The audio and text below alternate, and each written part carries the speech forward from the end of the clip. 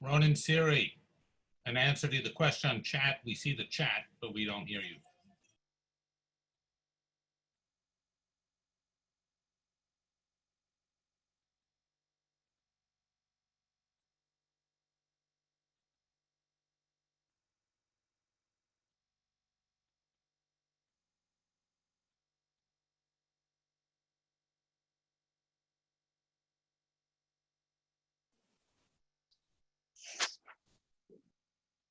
Sorry about that, everybody. Can everybody hear me?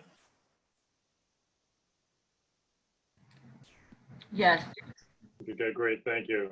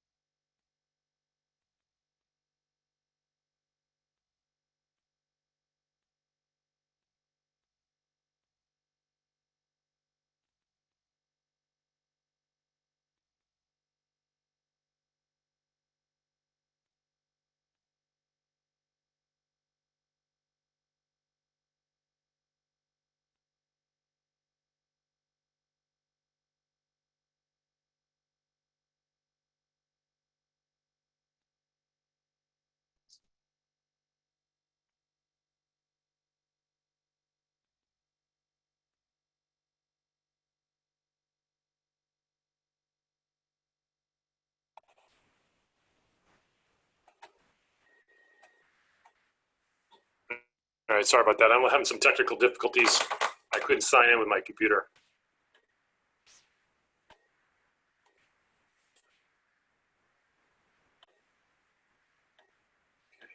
Donna, are you there? I'm here. Can you hear me? Bob, can you hear me? I can hear you. Okay.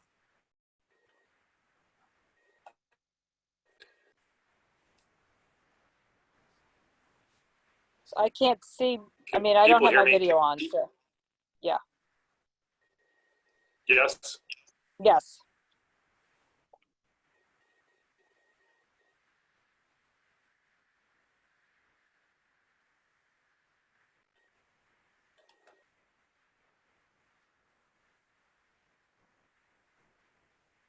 And I can see you.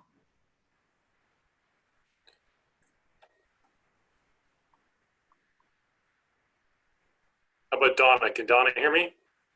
I can hear you, Bob. Susan, can you hear me? Yes, I can.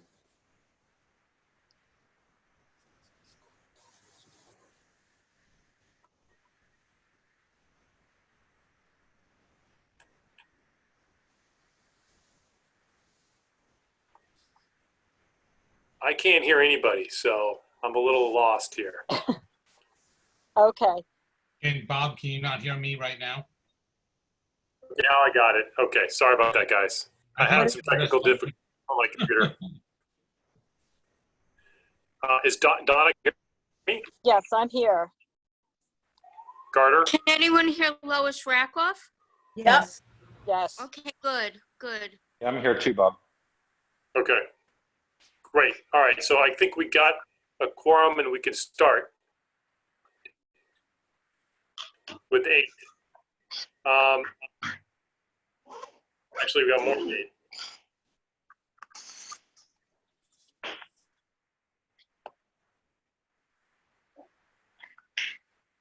Okay, let's get started. I'm gonna, Carter, we have everything ready in terms of bringing people forward?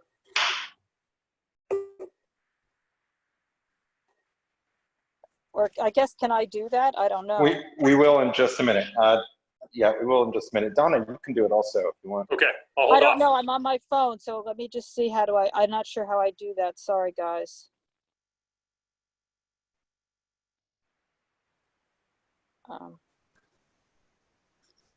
Okay. I don't know. Zoom really makes you realize how bald you are. What? I'll wait for Carter. Carter, when you're ready, then you let me know and we'll start the meeting. Or just tell me how to bring somebody forward on my phone. That's the only thing. Yeah, unfortunately, I'm not the host, so I can't do it. Oh, I'm the Let me just host. see. Okay. Bob, you should be set as a co-host. Did you come and go? Because I set you that. So Okay, so let me see what I can do here. you should be set up now. But I'll be Yep. there in just a second. What do I have to do? Hit invite? Is that what I do?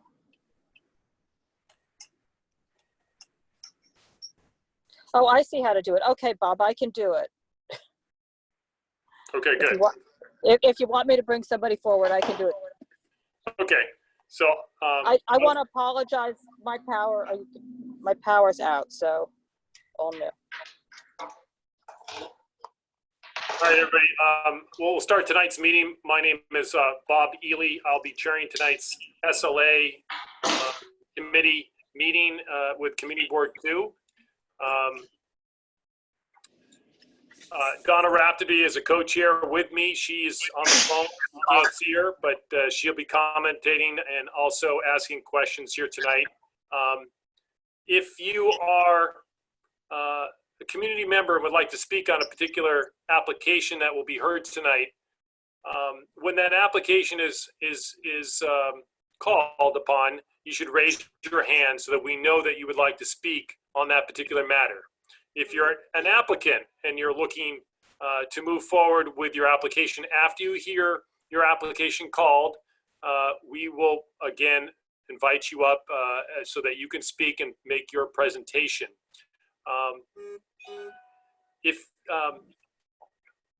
So anyway, we'll go forward as we move forward here, and we're adding some more people as I speak now. So we'll start with the first application.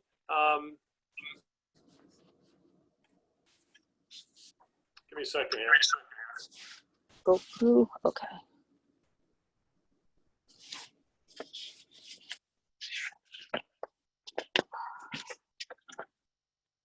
I've lost it again. So, okay, hold on here. All right, the first application is, I can't pronounce it, but it's Goukui Management Inc. The trade name is Crop Circle at 126 Macdougal Street. This is a restaurant wine application. So if you're that applicant, if you could raise your hand and we'll bring you forward.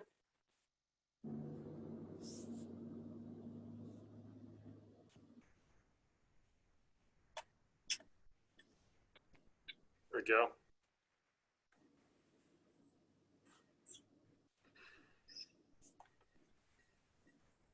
I got Manny. Manny and Joe? Yes. Okay, Joe, can you hear me? And I can hear you? Yep. Can you hear me? Okay, is it just the two of you that are presenting the application? I believe one more should be joining. Let me just make sure. No problem. Take your time. Oh yeah, I've got her. Oh, you got it, Claire? I think her name is Claire on here. I see Claire. Okay.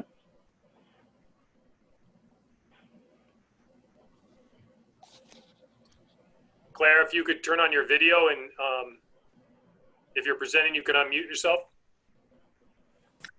Yes, There we hi. go. Hey, Claire. So my home is out of the power, so I'm on the phone. You and others as well. There's a few of us that are out of power and are in your same situation. So we decided to continue with the meeting tonight, thinking that it's probably better just to move forward if we can. And if we couldn't, we would handle other applications next week if we needed to. Okay. So Sure. I take it then that Joe, are you in charge of the presentation? Do you want to start out? Yes, sure. Okay, why don't you introduce everybody and tell us what the application is for? Okay, this is an application for the restaurant beer and wine for a small, it's kind of, I'll let the owner, correct me if I'm wrong, Goukui. It's like a Asian style flatbread. With me is the store manager, Manny Zhu, and one of the principals, Claire Lee. It's a small location at 126 Macdougal Street. They're looking to operate from 10 a.m. to, I believe, 2 a.m. or 11 a.m. until 2 a.m. Sorry. And they're looking to serve beer and sake, just as a dine-in experience for the most part. It's a really small location, 12 seats. They don't expect a lot of crowds, background music. I was corrected today, it's not a full kitchen. So I guess there's no requirement for a hood or sprinkler system, but they have fire extinguishers, exits, and everything like that. Okay. And Claire, are you the only principal? What is going to be your ownership in the proposed location? What is my ownership? Yeah, are you going to be 100% owner? Are you going to be running the restaurant? Actually, yes, I'm the 100% owner, but the running this restaurant business, the menu will in charge of that. Okay, all right. And Mani, what kind of experience do you have in operating restaurants? So, yeah, I had some experience in New York City for assisting the store manager to managing the restaurants. And also I got more experience as a store manager from last year to at the beginning of this year in China. Okay, and have you ever operated a location with a restaurant wine license like this one? Unfortunately, I haven't, but I'm willing to learn.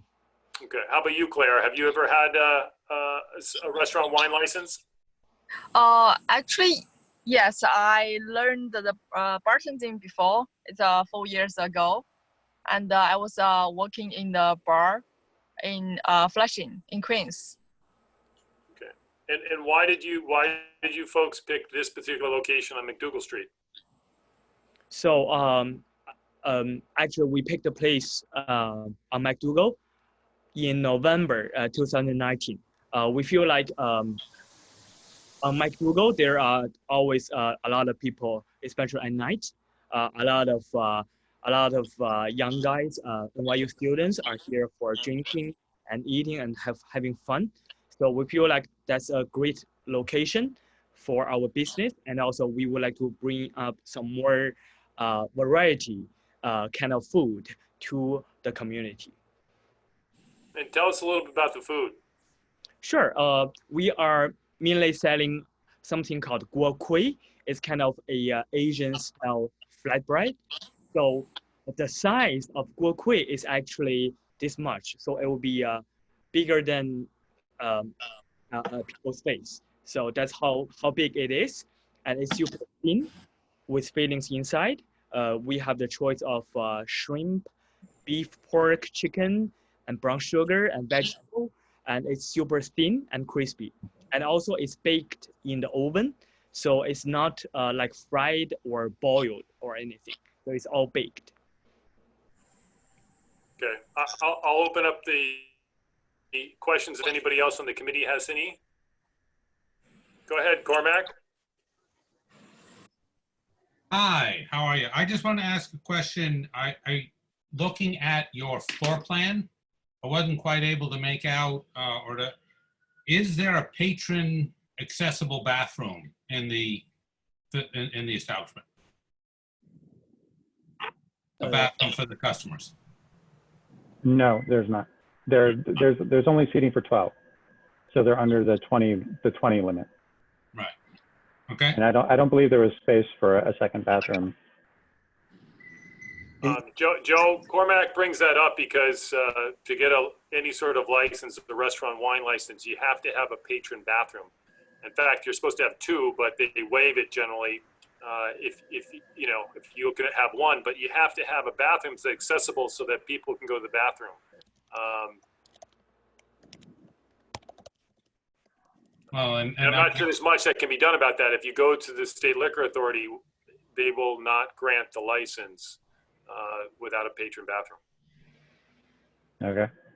So, I take it that so you're learning about this right now.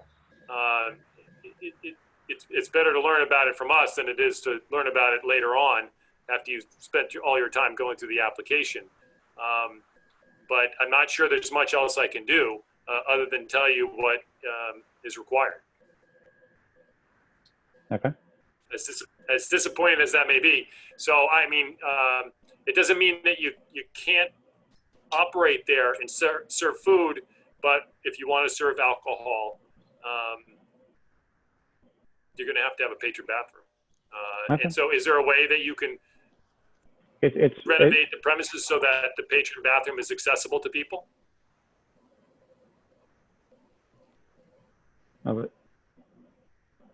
Manny? Oh, yes, definitely. So here's the thing. We have just opened it up, and our bathroom location is actually, it is still accessible to the front lobby. So we definitely plan on having the bathroom open to the public, so that, after they have the liquor and they can use the restroom. And also the only concern for us is that, so between the counter and the bathroom, there are 2 ovens where the chef are actually presenting, how to make the dough. So we feel like it's a good display to let them see it, since the preparation area is in the back. So we are definitely looking for having the bathroom open to the customers. I'm not sure that you understand what we're saying. That it has to be through a fully publicly accessible area. Patrons can't walk through kitchens. They can't go through food prep areas. You have to create a separate hallway if they're going to have access to that from patrons. For smaller spaces like this is an issue in that people think that they meet the New York City requirements, not realizing that there's a separate requirement that's more strict from the liquor authority with respect to a patron bathroom. So if people are walking by ovens and can touch the ovens or any of the food prep areas, you can't have the public walking through the kitchen or a food prep area. Yeah, so I mean, you're not the first that this has happened that's come to us, and we just need to be honest with you and tell you what the story is, okay? There's other hands that are raised. Lois, do you have a question, or is it about the bathroom? Yes, it was about bathroom and it was answered. Those were my questions. Thanks. Okay, and Katie, you also had a question. Is it similar?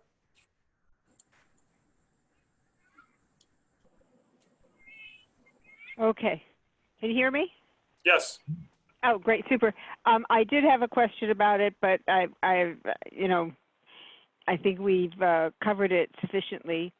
But Ms. Lee said she was 100% principal, but on the application, there's a person, Jinyao Wang.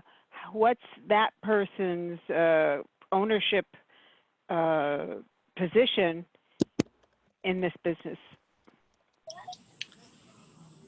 Actually, the Xinyao Wang is our partner for the TNO Management Group LLC, and for this restaurant, it's from me. So you are 100% on this restaurant. Yes, correct. And Wang is not a principal in this restaurant? Yes, Wang is our management group partner. Okay. Let me just see, Bob, if I have any other questions. Well, they need to get a better email for Living Man. And who's Gideon? Is someone named Gideon? Was there someone named Gideon on this form of this application? 'Cause Not I familiar thought there was with another funny email, but maybe that was, Is it, you're talking about outreach, Katie? maybe that's what I'm talking about, outreach. Yeah. Okay. Okay, yeah, it was on outreach. There were some very funny emails. Okay. But I Yeah. think we're, yeah, okay. We are where we are. Thank you. So Joe and Claire and Manny, do you understand the story? We cannot recommend an approval for the beer and wine license without a patron bathroom. So that is going to, that's what's going to be our recommendation. It just, we can't. It would be against the law anyway to do something like that. So my suggestion to you folks is you could do a couple things. You can withdraw the application and try to work it out in a renovation of some sorts in order to get a patron bathroom, or you can open up without a restaurant wine license. But I tell you that because that's all I can tell you at this point, all right? Okay. Yeah, so if you decide to withdraw, you need to send me an email indicating. So you could send an email to Florence Arenas at our committee board and just let her know. But if you don't, we're going to have to send. We're going to have to send a recommendation saying that we can't agree to it without a patron bathroom, or that we can't promote it, okay, or we can't recommend it, okay? Okay. Just And to it be has clear, nothing to do with you folks. You're very nice. Yeah. And your presentation, and we wish you the best of luck. But this is something that has come up before. This is something that everybody has to abide by the same regulation, okay? Yep. Understood. All right. So my understanding is everything else was, like, the hours were fine, menu was fine. No problem. None of those things are a problem. Okay. In other words, the problem is the patron bathroom. Without that, that's Absolutely. a pretext. That's something you've got to have, okay? Yep. Without it, Understand. there's nothing that we can do. Okay? I do have a few other questions and minor things, but I just don't feel like it's worth getting into. Without a bathroom, there's like no point in spending time going back and forth and asking and clarifying, quibbling small things, but, so. I'd be happy to answer them via email, just so that if we go forward with this in the future, then we don't have to do that. But. Sure, I will, get an email. Okay. It's just important, Joe, that you tell us if your intent is to go forward with the application as it is, then you need to let me know. If you're going to withdraw, you also have to let us know as well, okay? But that's a decision that you folks are going to have to make after our meeting tonight, okay? Will do. All right, thank you very much. Thank you. Okay, good luck, guys. Thank you.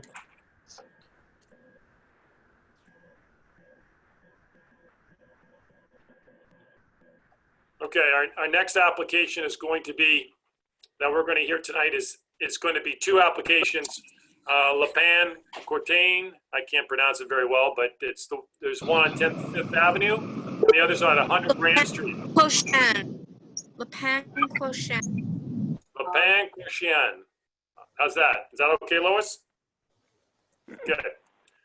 So if you can raise your hand if you're part of that application, we'll bring you forward.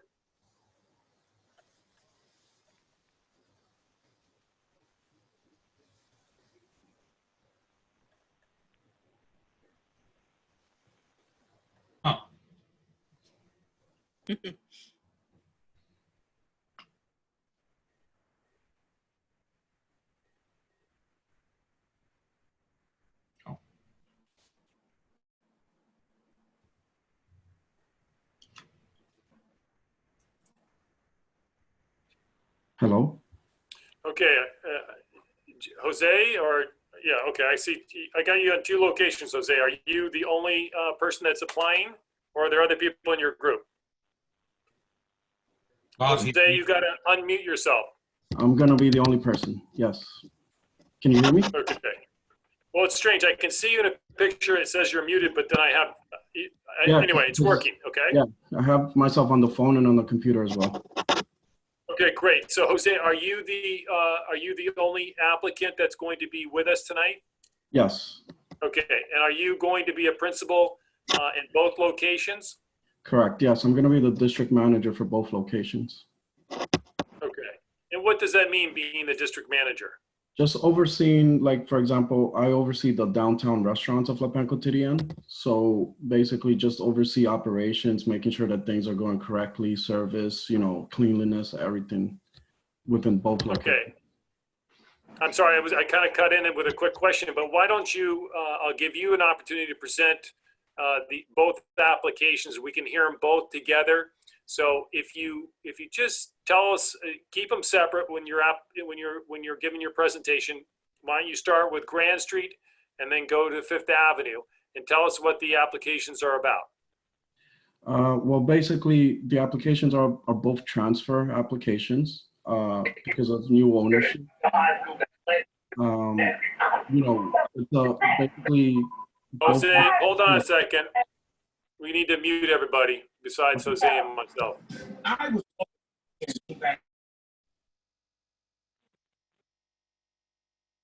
Okay, if anybody wants to speak, they're gonna have to unmute themselves because we just muted everybody.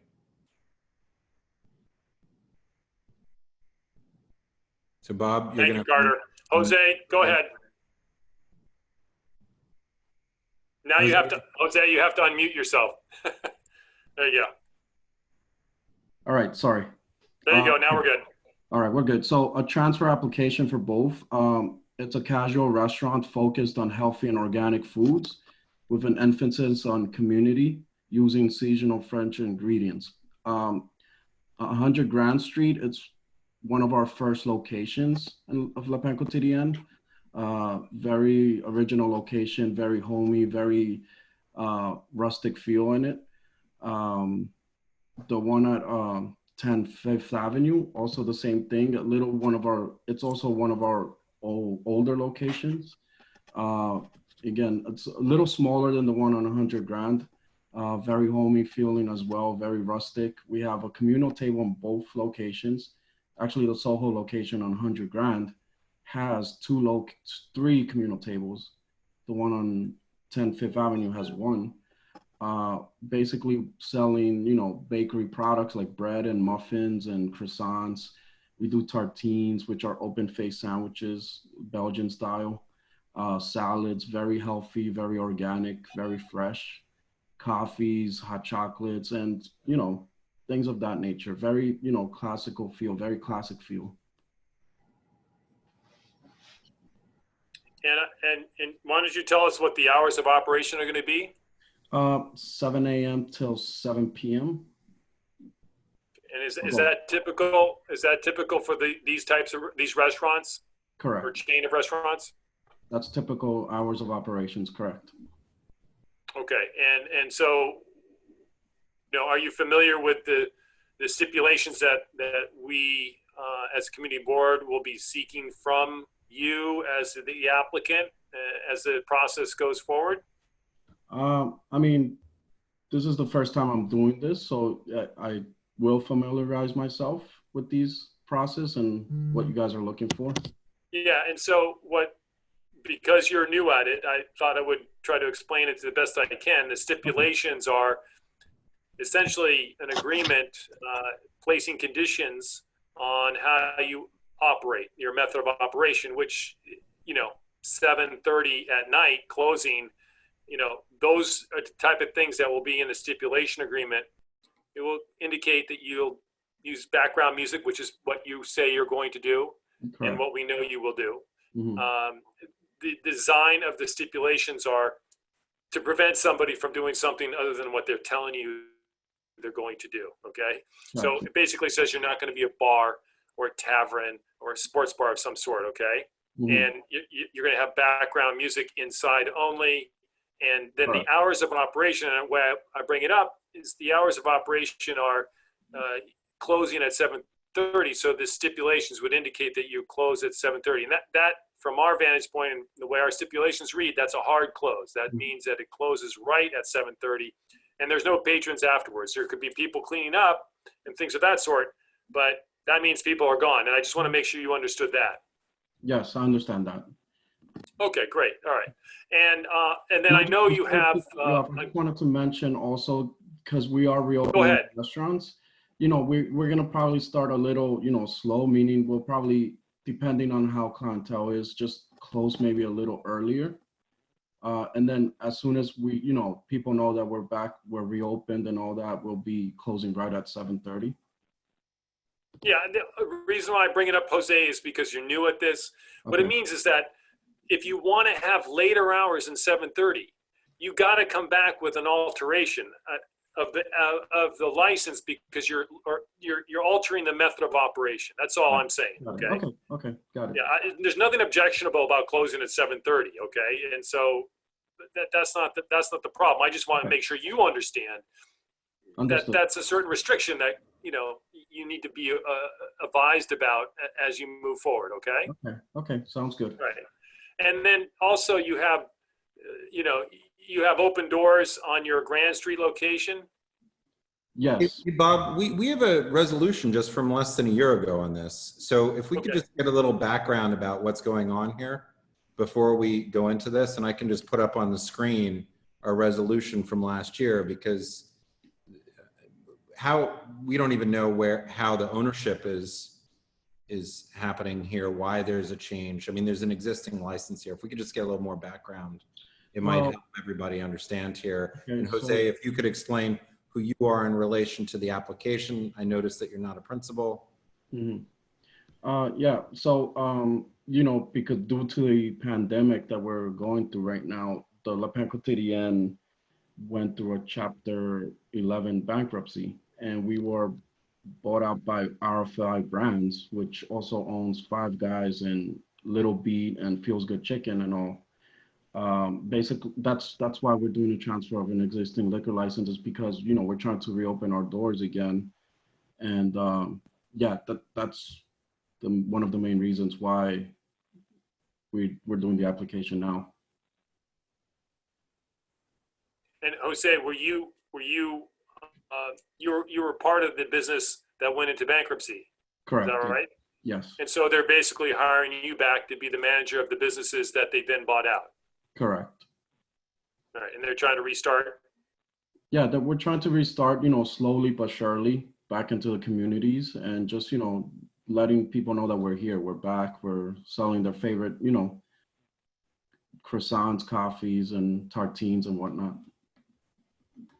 And is it just these locations? Because you had about 5 or 6, I think, that came before us last year.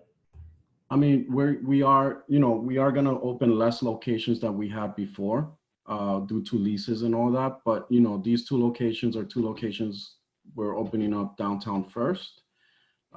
There's gonna be another one in the financial district on 85 Road. I don't know if that one falls with you guys, but yeah, right now these 2 are the main 2 ones that we're reopening downtown. Okay, I'll open it up to other people if they have questions. Bob, can I just ask a question? Of course. Yeah, I had to jump off and get back on again. Is Jose a manager or is he a principal in this? He's the manager. Okay, because I was going to say I didn't remember his name from the application. So that's it. Yeah, what he explained just now, I don't know if you just heard just now what he explained. They're reopening a couple of the stores after the bankruptcy. Right. Yep, got it. I just wasn't clear his position in that reopening. Okay, thank you. And Cormac, you have a question? Well, yes. I mean, or more, I wanted to just do a clarification. There is a typo in the questionnaire.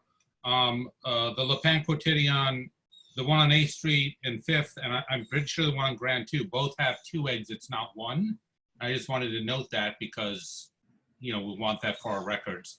And then I would also, you know, encourage Jose to make sure he looks at these resolutions that Carter's putting up now, because, you know, the stipulations we're going to ask to be signed are, since he's not changing anything, are identical to these.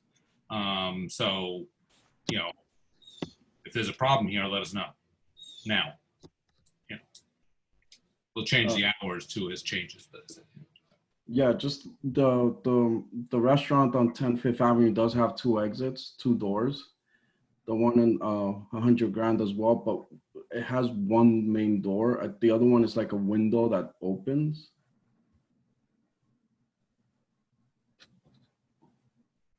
Okay, and Jose, so just if Cormac is right, in terms of stipulations, you would essentially be agreeing to what's been there before, what's been agreed to once before. So that's essentially what's going on, okay? Okay. All right, and I got a question. Lois, do you have something you would like to say? Yes, just in general, what are your protocol procedures for your servers and for the people that you're going to serve? Are you going to require masks or have a sign for requiring masks for the patrons and the matrons? And what are your servers going to wear for protection? Yes, we are gonna have on our doors signs that say we require masks to come in. We're gonna have sanitizing booths with sanitizers for every guest and team member that comes in. As soon as they walk into the door, they will have to sanitize their hands. All the team members are gonna be wearing hats and masks while they're inside the premises. Just making sure that's something that we take very seriously, and safety right now is our main priority as far as that's concerned. Will they be wearing gloves? They'll be wearing gloves, yes. When handling money and food and everything, yes. Thank you. And Dr. Smith, do you have a question or a comment? Yes, my hand is raised. Hello, Jose, how are you? Hi, how are you? Fine. When Bob since you're new to this process, you said, when Bob was explaining the stipulations, do you understand that even though you said you were going to be closing at 7, do you think that you might want hours that are going to be a little more than 7? Because otherwise you're going to be stuck at 7. Do you think? I mean, I don't think, because we don't, our concept is not the type of concept where we have like, evening dinner hours and all that. It's more like a brunch, lunch type of concept, bakery. Okay. So that, for these downtown stores specifically, like those hours are the, most perfect hours for us. Good. Just thought out, just to be clear, since you're new at this. Okay. Okay.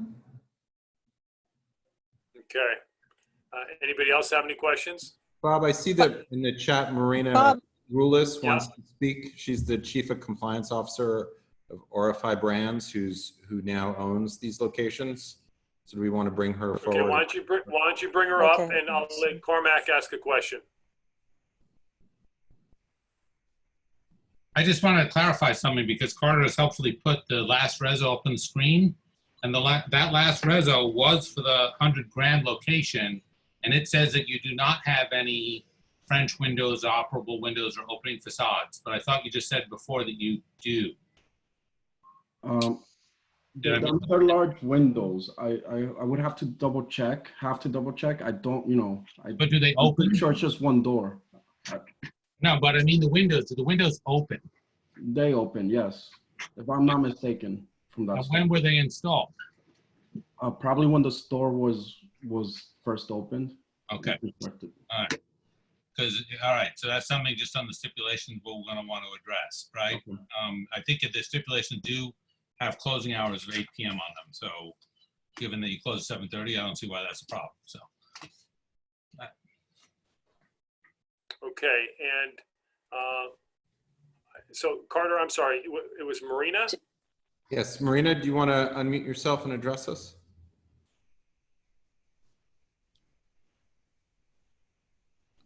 Okay, there you go. All right. And you could put on your, if you can put on your video, that would be great too.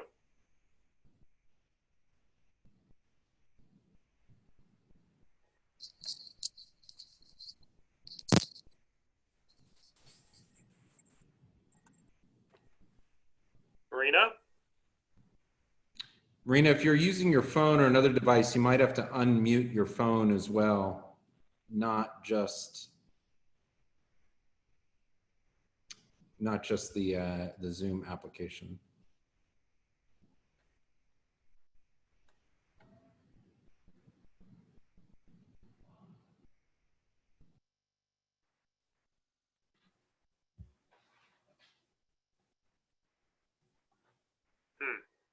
Okay, she's saying in the chat she's going to call in, so we'll.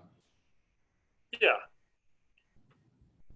Marina, take your time. We will give you an opportunity if you'd like to say something.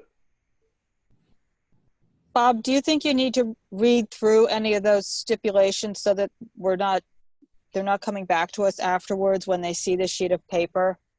Just, I don't know. They just don't seem familiar with them. It concerns me a little. Well, Carter just showed them. Okay. And I've indicated to Jose they're going to be very similar to what they were before. Okay, so. Except for the hours? We'll acknowledge that there are open doors on Grand Street. So let's just start with Grand Street. Yeah. We can just go through these quickly. The Belgian Style Bakery Cafe. The hours are Sunday from 8 to 6, Monday to Friday from 7 to 7, Saturday from 8 to 6. It's a full service restaurant. They don't have any TVs. It's not a lounge, tavern, or sports bar. There's no outdoor areas. It's background music only. All doors and windows will be closed by 7 every night. And anytime there's music or live music. No French doors, operable windows, or open facades. Won't make any changes to the existing facades. Will comply with the New York City Department of Building regulations. No unlimited food or, no unlimited drink or unlimited food and drink specials. No bottle service. They'll appear before CB2 prior to submitting any changes to any stipulations agreed to. No dancing, DJs, or live music, promoted events, and there's no stand-up bar. Thank you. So I think that the only things there to make sure that the hours are correct. All these other things seem consistent. Right. The doors and windows closing at 7. You know, that those match the hours of operation, and that there won't be any changes to whatever the existing situation is. So that's. Yeah, except I think Carter on number 9, if I understood Jose correctly, this was an error of ours at the time because there are existing operable windows. Right, exactly. Yeah. So, I mean, was that at this location or was that at the 5th Avenue location? That was at this location. I mean, yeah, I'm pretty, like, there are windows. Not too sure if they open or not. I'm pretty, like, because they're like very long, so I would just have to double check that store when I go there. Are they just plate glass windows that don't open? Yeah, I think that's what it is. But Oh, okay, that's fine. That was my mistake. Never mind.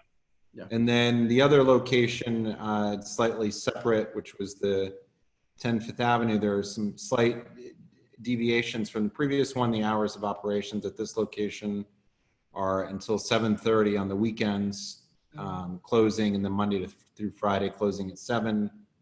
And I think all of the rest of these are similar.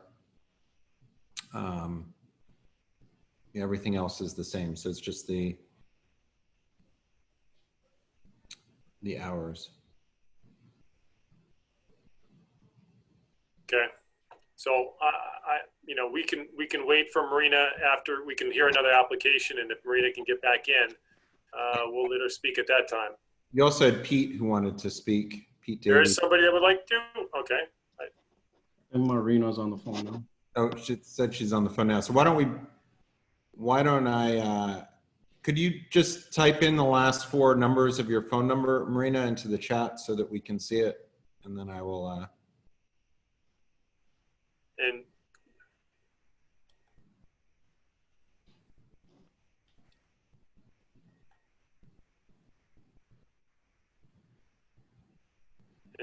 Pete, if you want to say something, I think we can let you. Now is a good time. Very good. Marina, or hold on one second, Pete. Marina, can you hear us? Yes, I can hear you.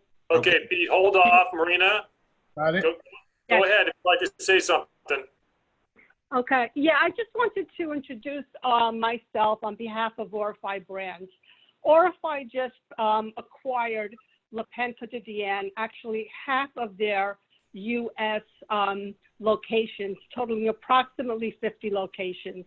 So I just wanted you to know that Orify Brands has been in the restaurant business since 2003. We own brands such as Five Guys in Manhattan, Melt Shop, Little Beat Table, and Fields Good Chicken. And we have roughly about 15 liquor licenses, 4 full service, and I'd say the remainder just beer and wine. So this is a great opportunity for us, being able to acquire a brand like Le Pen. We have confidence in the brand. It's been a great brand over the years. Unfortunately, in recent years and due to the pandemic, they just could not sustain the business. So RFI came in, got involved in the bankruptcy, and was able to, settle certain issues with the debtor, and now has taken full force of ownership of the brand. So although I'm not familiar with the operations, and especially with COVID, I have only visited one of the 50 locations we have across the U.S., 30 of which are probably in the New York City tri-state area. We realized that they had liquor licenses or beer and wine licenses previously. So as we begin to open up these locations, we wanted to bring back the experience of what was there previously, and was very welcomed by the communities at large in most locations. So I just wanted to reassure the board that RFI is an outstanding restaurant operator, and we will, of course, adhere to all the guidelines. We've never had any issues with the SLA at all in the last 10 years that we've been serving any kind of beer, wine, or liquor in our restaurants, and we will continue to adhere to all the guidelines that the SLA imposes, in addition to the guidelines CDC has imposed with what's going on with COVID right now. So that's basically it. I can't, again, speak on behalf of operations directly, but I have met with several of the district managers, regional managers, operators, and they are all respectful people, and they will also adhere to all the guidelines and keep our cities and communities safe. And that's about it. I just wanted to add that to Jose's statements. And if you have any questions for me, I'd be happy to answer them. If you want to reach out by email, that too is possible. If we can provide additional documentation or information with respect to the acquisition, again, I'd be happy to do that as an aside. Thank you. Thank you, Marina. Does anybody have any questions for Marina?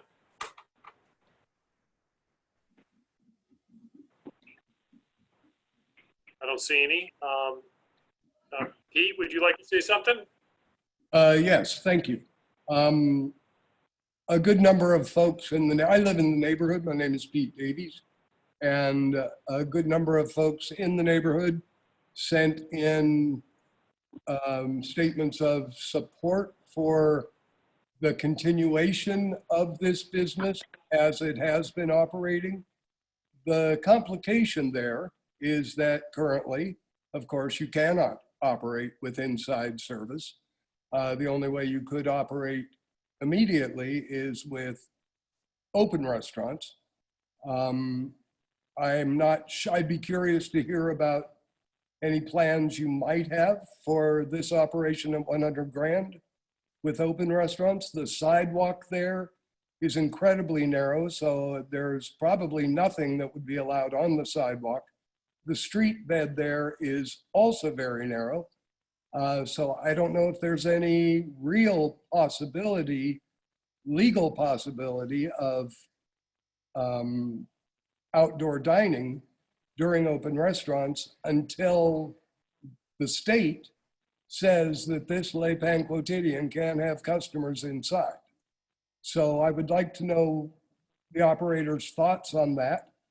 I would also like, I submitted a qualified support, which was contingent upon the operator agreeing not to apply for a full OP.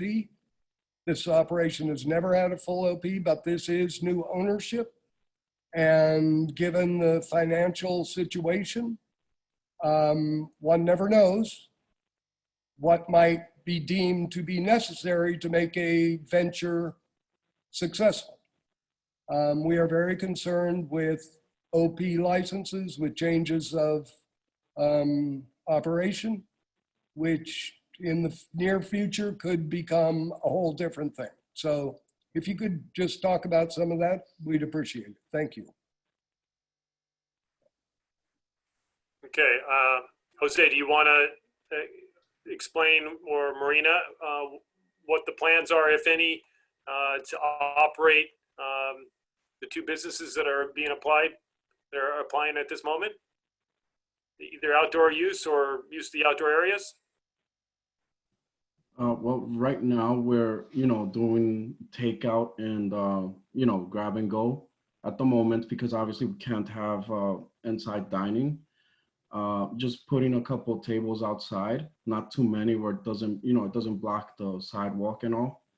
And just, I think that down the road, Marina, if you could explain that, if it's something that we could do, then we'll definitely do to have, patio service outside. But at the moment, we're not doing, table service.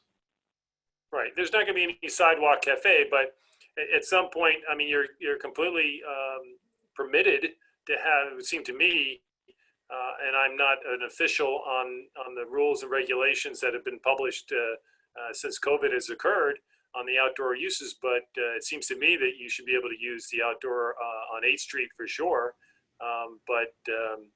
That's for you guys to try to figure out.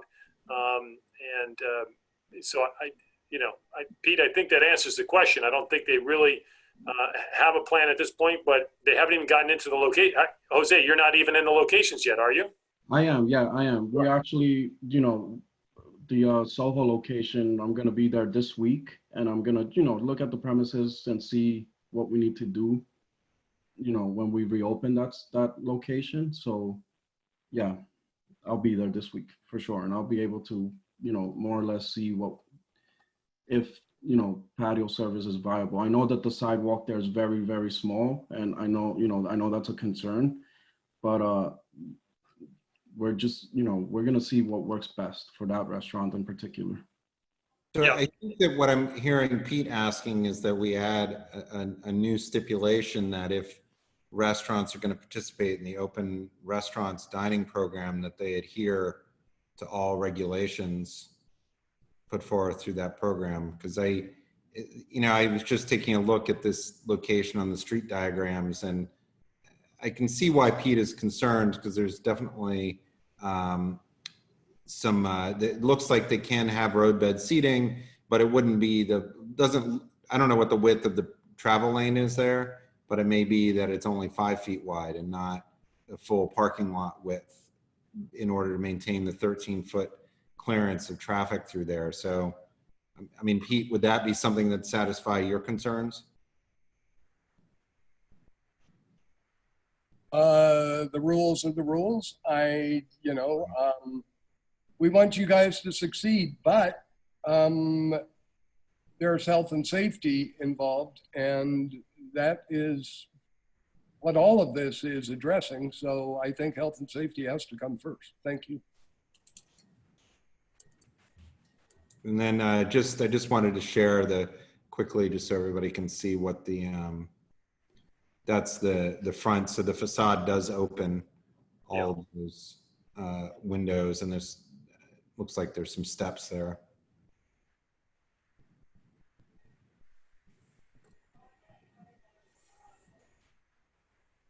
Okay, so, and then Mr. Davies was asking about not upgrading to full liquor. I know that that's not part of your method of operation currently, and there would be no desire to do that. And I guess that's a stipulation that can occur if folks are agree to it. I will tell you that at the State Liquor Authority, they've indicated to you that it's an unenforceable agreement, that you can always come back, and as long as you can make public interest, you can have an on-premise license as long as you have all the permits in place. But it is something that shows intent and there are many block associations that ask for it because it shows good faith and intent. But I think that's a question for you, Jose and Marina. Is that something that you'd be willing to do? Yeah, I mean, it's, you know, health and safety is the most important thing for us as well. And just making sure that like we abide by the rules and we're doing things the right way as restaurant operators. I think, you know, that's the most important thing. And that's how we're gonna, you know, do things. Yeah, but Jose, this is a little different. I kind of switched the topic. You know, we will put in a stipulation that you'll abide by the outdoor dining regulations that have been put in place. That, I think that's very straightforward. But Mr. Davies was asking was an agreement not to upgrade to on-premise license at the location in the future. That's what he was talking about. Like indoor dining? No, it has nothing to do with indoor dining. It has, right now, your restaurant wine, okay?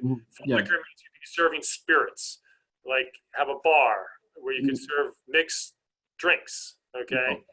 And so what Mr. Davies is talking about is an agreement that in the future you won't change your license to one that's on premise from restaurant wine.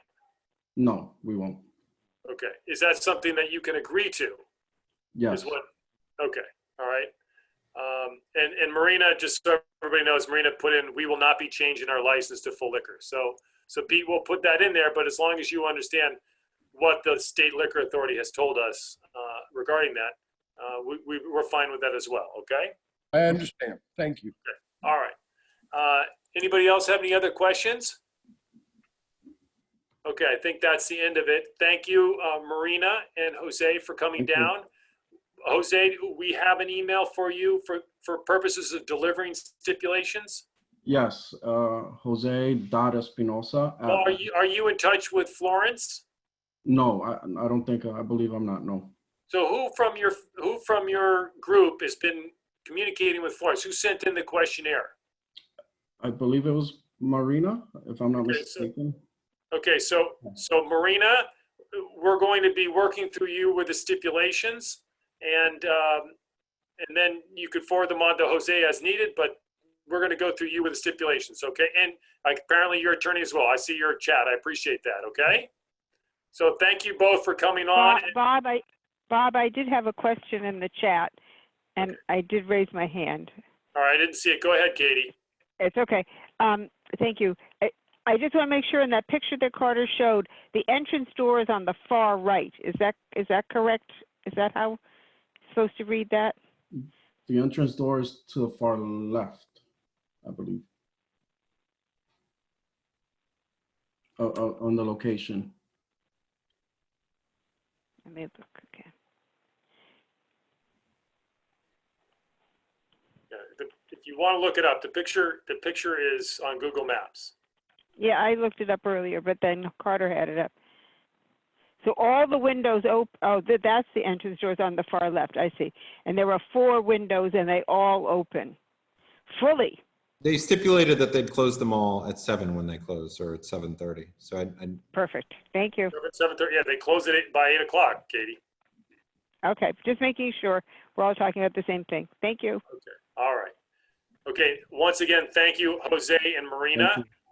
Bob, I'm sorry, it's Pete. I have one more question. Looking at the image of the building. Okay.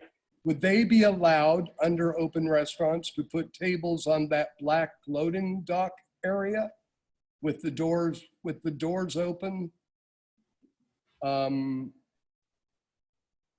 It's just. Yeah, I think for safety reasons, I don't think we'll be putting on the black area. No. Okay. Tables there, no. Appreciate that. Thank you. Okay.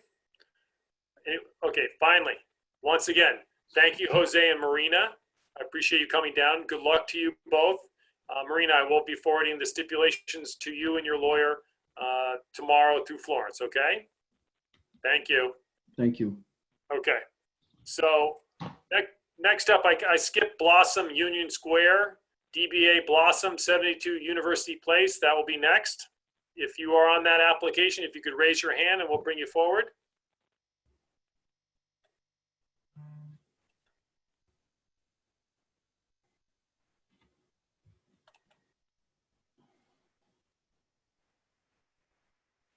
Hello? Rowan? Yes? Hi, Rowan. Hi. Okay. You Are can. you by phone, Rowan, or are you No, by I'm on the video? Zoom. I'm on the Zoom. You cannot see me? Not yet. You have to allow us. You see down on your screen at the lower left, usually it says stop video. Oh, It's not here. let me see. It's not here. It says mute. Let me see. Yeah, right. See, start video. It's not on here. It's not on here. Let me see. Maybe up top on your screen. Sometimes it drops down from above. Maybe here. Depends on your computer device. They may not have a camera on their computer, Bob. Oh yeah, you may not have a camera, right? No, I do have a camera. Let me see. I'm not sure. we can try. Maybe. Yeah, I will tell you this with the camera thing. I had to upgrade my older computer. It's pretty new. It's Mac. Oh, it's a Mac. very Okay. new. Let me see. Maybe, can you see here if there is a video? It's usually on the lower left, but it only gives mute and unmute. And I usually host meetings. This is a different format. Let me log on from my computer. Audio, leave computer. Okay, let's see if that works. She's trying to log on another computer. If you want to start. You should be able to do it now. It's because somebody just clicked allowed to talk and did not promote you to panelists. See me now? There he Oh, is. okay. Hi. Can you see me? I can see you, Rowan. Go ahead. Hi. And is Rowan, there's somebody with you? No, it's my wife. Oh, okay. Just helping out. Okay, great. Yes. Okay, so are you the only person from your group that will be in Yes. terms of this application? Yes. Okay, great. Okay, so hopefully you had a chance to hear some of the things that took place before your application came up. Yes. And you're a little bit familiar with how we do things. So why don't you introduce yourself, what you do, who you are, and what your application is about? Okay, we are, our restaurant is Blossom. We are plant-based restaurant. We are actually moving the location, the current location from Chelsea to 72 University Place. And we have another location in Upper West Side. We open generally from around 11 to 11:30 to around 10 p.m. We have yeah. So your hours of operation are, say those again, 11:30 in the morning? Yes, to 10 p.m. The kitchen closes at 10 p.m. Okay.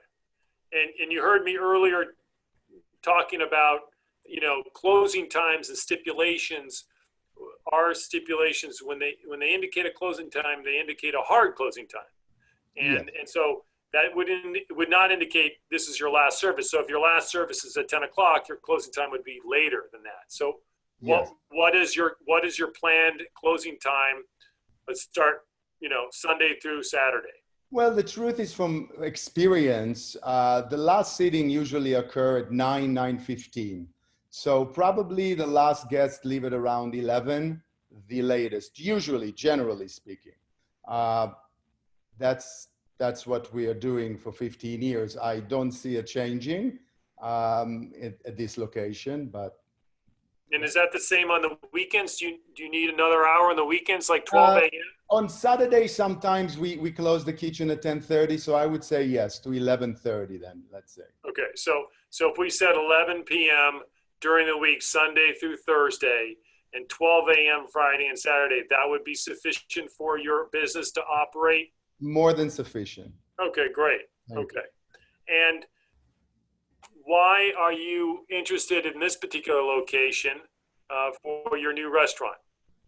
Our other location, I mean, we love Chelsea. It was our first location, but the restaurant, it's a townhouse. It's starting to get old. And I mean, COVID gave us the opportunity to maybe think about moving. So when actually a competitor, semi-competitor, they're a vegetarian restaurant called Nix, N-I-X, closed, I called the landlord and we reached some kind of agreement, and I said, okay, let me try it. So I'm taking a risk at this time, but hopefully it will be rewarding. Great. And on this particular location, there's no open facades, no, you know, it's just the front door that opens up into the restaurant. Yes. Okay.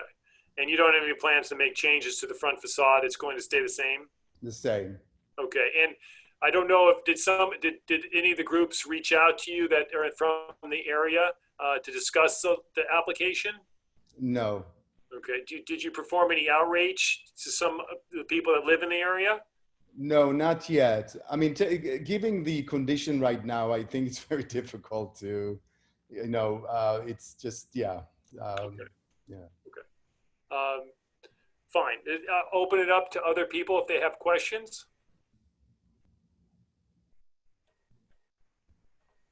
I had not a question, but just another, you know, for the record correction and things. It's just there's a small typo on their questionnaire.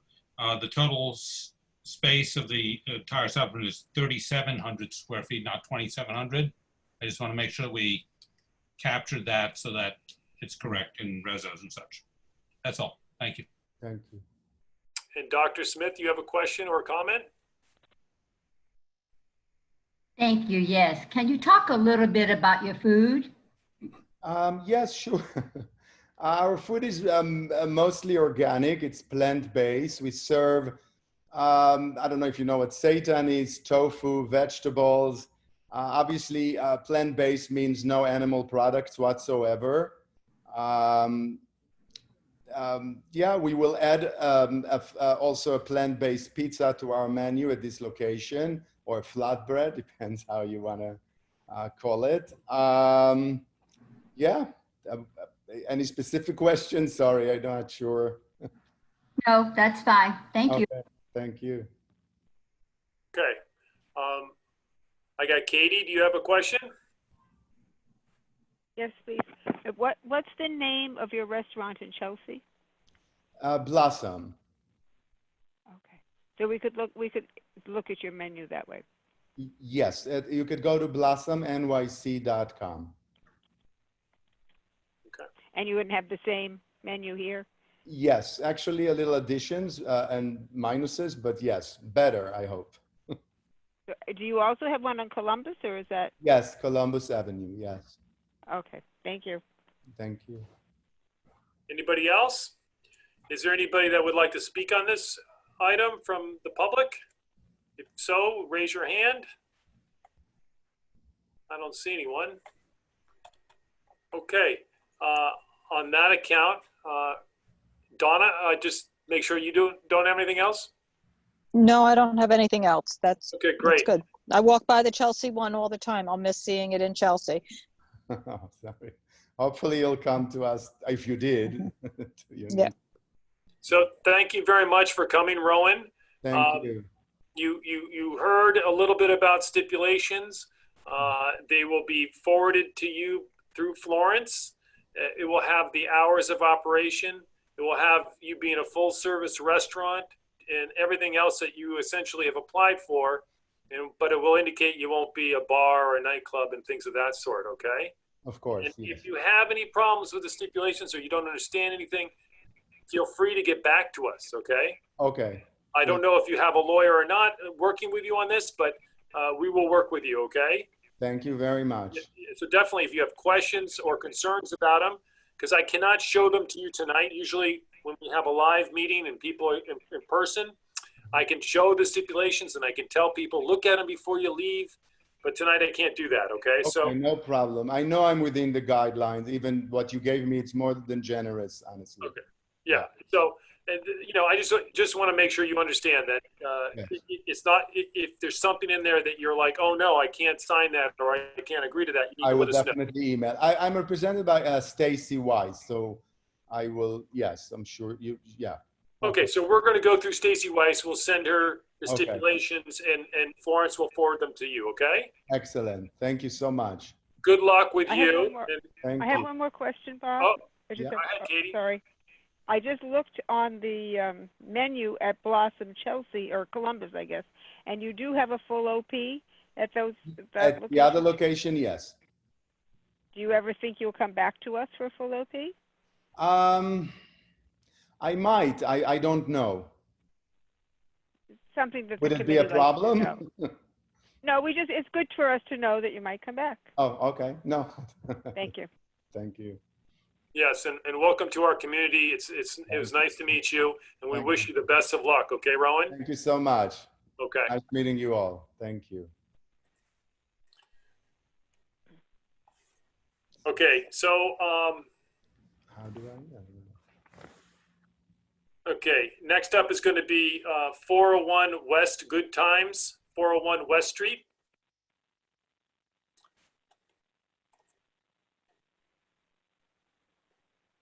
I have Donald and I have Michael.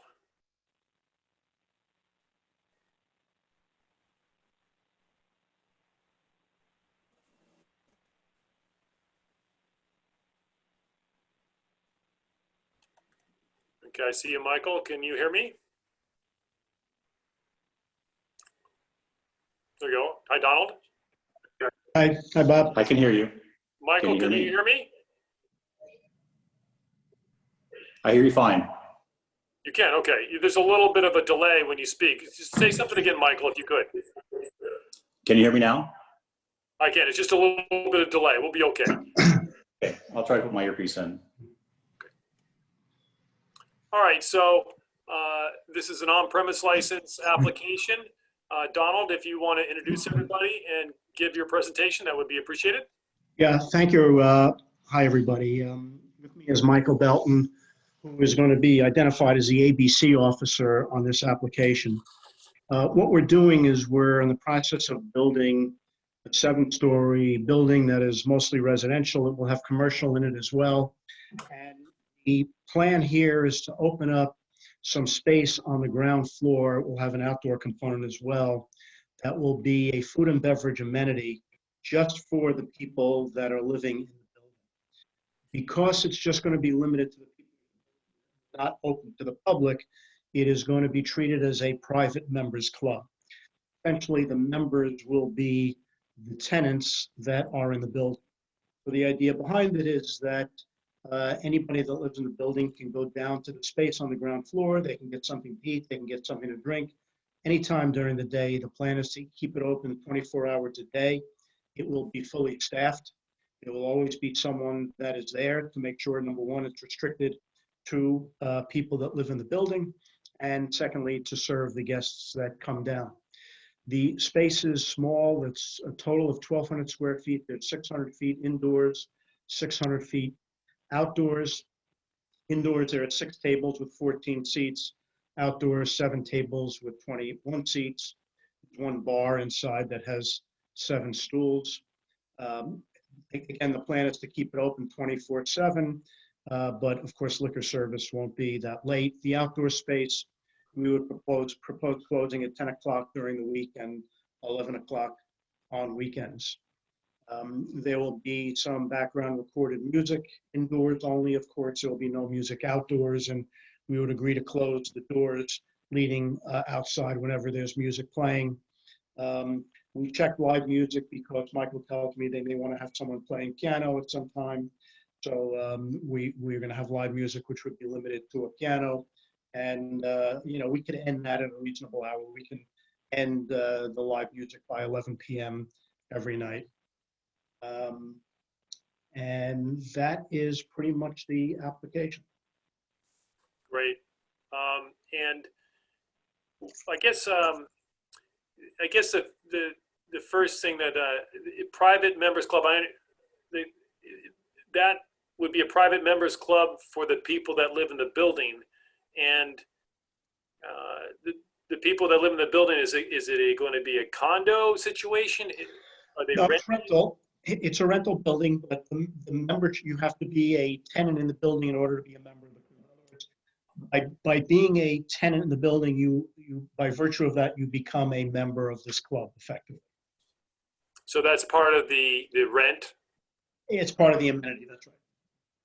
And they have to pay for their food and beverage, but an amenity is to have a lounge in your building. Okay, and in terms of how many rental units are there in the building? I believe there are 10 units. There are 10. And in terms of the commercial space, are we talking tonight about the only commercial space in the building? Any commercial space in the building would have nothing to do with this. It's not licensed. Yeah, no, I understand that. You had indicated there was a commercial space on the ground floor area. Does this particular members club take up the entire commercial space that's going, or is there going to be other commercial spaces in the building? I believe, Michael, there's other space, right? Yeah, there's going to be a spa. So there's a spa for the residents in the property. Okay, so that would be similar to this. In other words, it would be the spa would only be for the residents of the building. That's correct. Okay, so that wouldn't be open to the public either. Not open to the public. Okay, so essentially the commercial areas are really technically private. I mean, they're amenities. They're really amenities for the residents. Okay, and so in terms of the particular location, the license to serve alcohol, Donald, when you say it's open 24 hours, the service of alcohol is not going to be 24 hours. No, the service of alcohol has to be only limited to legal hours. Okay, and that would be 8 a.m. to 4 a.m.? It would be 8 a.m. to 4 a.m. That's right. So if someone, for whatever reason, wanted to go down at 2, 3 in the morning and have a bite to eat or a cup of tea or a beer, they could. And so, Michael, there will be somebody there working till 4 a.m. if indeed you know, I guess if you're asking for 4 a.m. hours, there needs to be somebody working there till 4 a.m. Yeah, there absolutely will. The 401 West project for us is part of a larger portfolio that we own with a very similar amount of rooms with the lounge, with the spa. So it's something that we do. There'll be a 24-hour concierge. There'll be a chef on property, and depending upon the hours, there will be a barman or a waitress to help out to go ahead and seat the guests, give them their drinks. Sorry, I got a little noise in the background here in my room. So you had indicated that this is something that has been done at somewhere else? Absolutely. Okay, where else and where have you done this before? Where has your business gone? So the closest property, this is a property that we have in Paris. It's a property called the Hotel Villeroy that we opened a year ago. We also have a property in London, Belgravia Gate. I'm sorry, Michael, give me the name of the one in Paris. The Hotel Particular Villeroy. I can send you the information or give you information on the website. And go ahead. Okay, the next property is Belgravia Gate in London.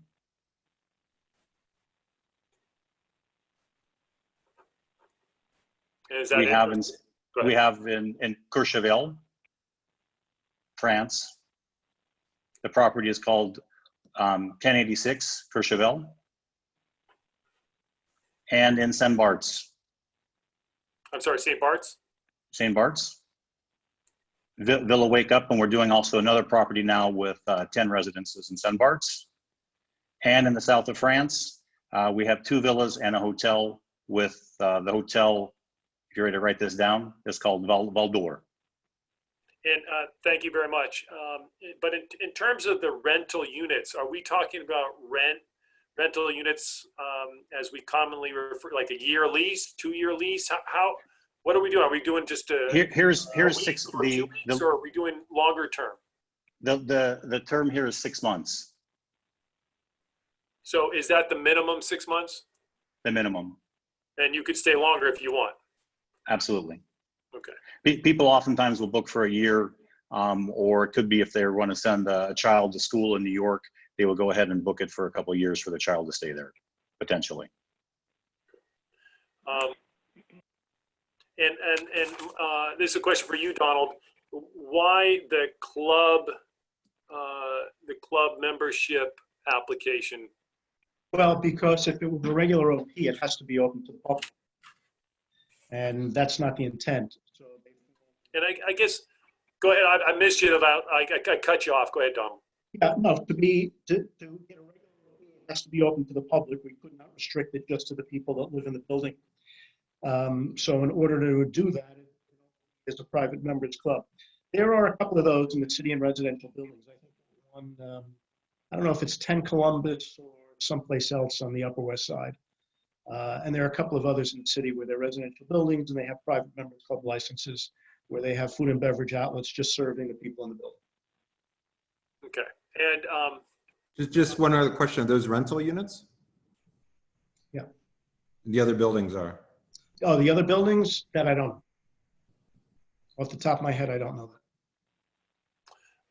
and so just an on-premise means you got to be open to the public, but why do you have to have a liquor license here, Donald? Because they're not just consuming their units. If they were just consuming alcoholic beverages in their units, they would not need it. But you're having, it's not public space, but it's not private space. And why isn't it private space? I guess I'm thinking it's a private space, even if you invite somebody else. Well, I mean, look, you can, if you live there, you can bring a guest. So it requires a license. Okay, all right. There are people that have questions, but before I get there, I just my last question is this outdoor space and whether or not there has been any outreach to the buildings directly behind yours, Michael, because there is residential buildings that tend to overlook that outdoor space. So we've done an outreach, I believe it was to 8 of the community-based organizations, and we are involved very heavily with our neighbors to the right and to the left of us on the corner of Charles Street and at was it 399 West Street. The residents, I think it's 150 Charles Street, behind us faces a quite large courtyard, and we're sunken down, I believe, about 7-8 feet down below the level of that. So we just haven't reached out to them. We believe there's no music. We designed the space so that basically, even though we have 600 square feet out there, it's split into two small areas. And the whole idea is it's just basically an amenity. People will come down, have a cocktail, be intelligent, and then just go back to their life after a tough day of work in New York. But I don't think there's going to be any noise or there'll be anything associated with that. Yeah, I guess the concern for me is, or at least the thing that pops up in my head is somebody who's leasing one of your apartments has a party down there, and it's a cocktail party, even a cocktail party from maybe 8, 9, 10 o'clock at night, and people are all standing, and I guess that has a tendency to make noise, even if there isn't music. So depending on how many people are back there, and so I mean, what are you going to have parties back there? Well, again, the whole idea is that it's just really a quiet space. In fact, for us, we don't think the space can be used that much just because of the weather. It's either usually too hot or it's too cold. And we have a rooftop for the tenants to go ahead and use. That there won't be any alcohol up there, but still, it's an outdoor space. This is just something to come home to and just to relax. And again, I think we're a good 6 to 8 feet below any level there. You physically cannot see someone in that space. And the whole idea is it's going to be either self-service, someone goes to the bar and gets a cocktail and walks back, or it's going to be seated service. So it's maybe you've seen the renders. You can just see the type of the space. You can't pack people in that space. It's a very quiet, very homey type of an environment. And we will have staff. If someone does act noisily, we'll be telling them you need to behave yourself, and there are strict rules for the people that live in this type of environment. I think people that come to this property, they want to come there to to be quiet, and it's a great location. We don't want to disrespect that or disrespect any of our neighbors. Okay, so there'll be seated service only? Yes. Okay, and then there's a limited number of seats in that outdoor space. Would you agree to the limited number of seats that are there as the maximum? Absolutely. It's yeah, absolutely. I think we show. How many seats do you have in the backyard? I think we've got 21. Okay. 21. So that would limit it to 21 seated people. Is that something that can be done? Yeah, that's not a problem. Okay. And do you have any plans to have any heaters back there? Outdoor area. We don't, but would there be a problem with it? We haven't worked through that. Okay, all right, because sometimes people have, when they have heaters, then people can be out there. It's not just seasonal; it becomes more year round. Maybe not January, but sometimes November or December. Okay, there are not plans. There are other people that would like to ask questions as well, and I'm going to let Mar Fitzgerald go first. Go ahead, Mar. Hi. I have so many questions. I'll start with a little one. Since the space is so small, why will you need to amplify the piano? We won't need to. I think it says that in our application. It says iPod background, and then it also says live amplified. Yeah, no, the space is very small. We checked live, we checked amplified, probably because the background music is amplified. Amplified, I don't think pertains to the live. Okay. So again, speaking to the size, how are you going to accommodate all guests? How many guests are tenants allowed to bring in, A? And B, what happens when you can't accommodate everybody at once? Will there be a reservation system? Will they have to sign up ahead of time? And also the rooftop space, in your rendering on your website, I'm not saying they're martinis, but it could be water in a martini glass. Are tenants allowed to bring liquor onto the rooftop space? And what time does the rooftop space close? And can they bring liquor from the restaurant up to the roof? What's stopping them from doing that? It's a good question. I just think as far as, let's start with one question. So with the rooftop, we will not be serving alcohol up on the rooftop. Can someone take a cocktail up onto the rooftop? I don't know if it's against the law. We will definitely not be wanting that to happen. As far as the amount of people that we can seat into the lobby, again, it's really an amenity like you would see in a hotel. That when people come home, they will have a drink at the bar. They also have very nice apartments where, as you know, most of these amenities, they're not so much used as they are marketed. So when you have a gym, oftentimes it just doesn't get used. But it needs to be something that's homey and cozy, so that when someone comes home from work, they can just literally have a cocktail. They can bring a friend with them. I believe that it will be limited to two guests to come in with a resident. But if these are residents that are with us, so if it's a wife and a husband that are coming over with their child, of course, we're not going to tell them you can't bring your daughter in. So it's, again, extremely low key, extremely homely. So what other question did you have, Mar? Now I can't remember. Let me see. Sorry, I have a list. Oh, private parties. Actually, I had a new question. So you're limiting tenants to 2 guests, right? So a family of 3 could bring in 2 guests, or 4, or 6. Well, I think it's a question to management. So if it's a family of 3 and they want to invite 2 couples over, so it's a possibility that they could have 2 couples over there, and we'll see how the space is being used. So there's not a hard set criteria on, can you bring over 2 friends, or is it 2 friends being a wife and a husband?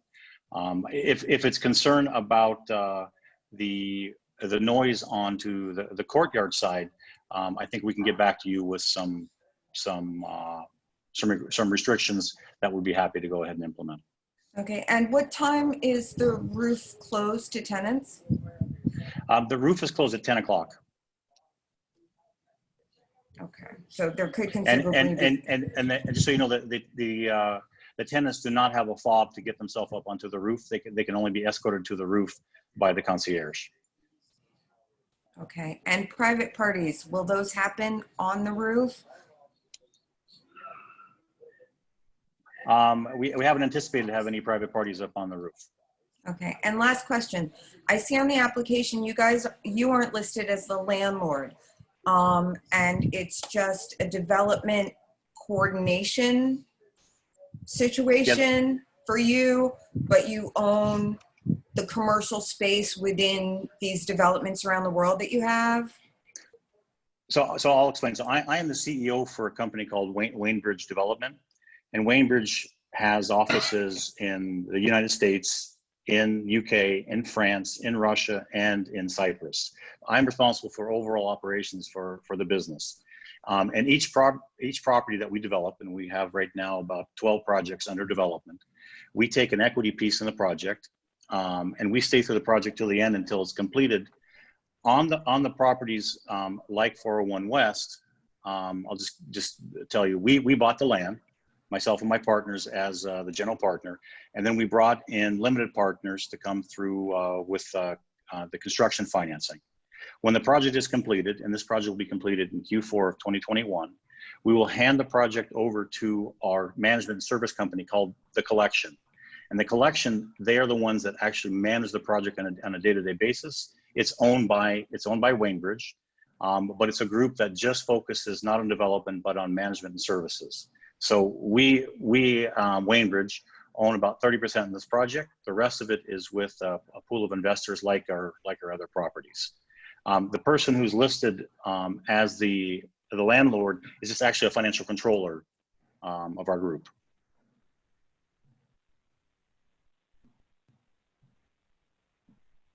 And we've owned our properties for over 10 years. This project will also stay in the pool with Wainbridge. Thank you.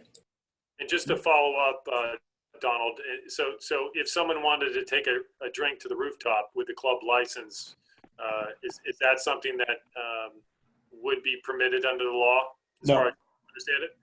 Well, the answer before March would have been no.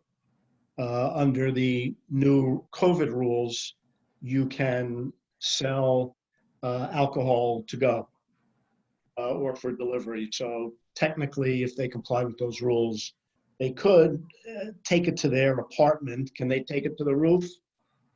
Maybe not, but I'm sure that happens all over the city. People take drinks from their apartment and go up to their roof. Yeah. Is it legal? I don't know, no formal opinion, but my guess is it may not. Yeah, and so when we were talking about the licensed premises for this particular location under the club license, that would be the first floor in the Right. portion of that courtyard. That's it. Yeah. Those two spaces. Okay, I got you. That I think that answers the question. So I also have Cormac Flynn. Go ahead, Cormac. Hello. And Donald, good to see you. Michael, nice to meet you. Could somebody walk me through looking at your sketches, the diagrams, I should say, floor plans. So this is ground floor, but it's not on the same level as where you walk in from west, is it? The diagrams indicate you go up or downstairs. You go down? That's correct. You will go up one flight. And that will take you to ground level, but it's not ground level for West Street, is what I'm hearing. Correct. Right? Okay.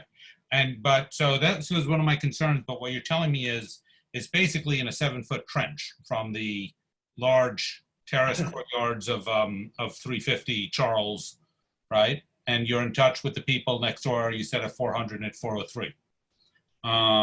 Okay, I just want to make sure I sort of understood the thing properly. And Some of these things might be things you already said. I'm just making sure that I have it right.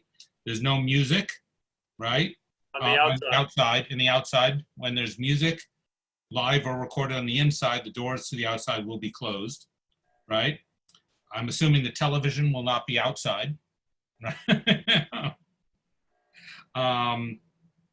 So there might be private parties or things, but it's sit down only on the outside up to 21, and it closes by 10, 11 anyway. Is that right? So so there are two other things I want to talk about. One is, one of my biggest concerns here is not about the people who rent your place for 6 months, to stay, like, as you said, because they have an assignment in the city before they get rotated to Hong Kong or something. It's about the people who rent it for 6 months or a year and then get an assignment and things and decamp and then Airbnb it for the rest of the time. Are people allowed to Airbnb under your leases? Absolutely not. Okay. If they were allowed to Airbnb, we would be allowed to do it, and we are definitely not allowed to do it. Okay. But no, they're not allowed to do that.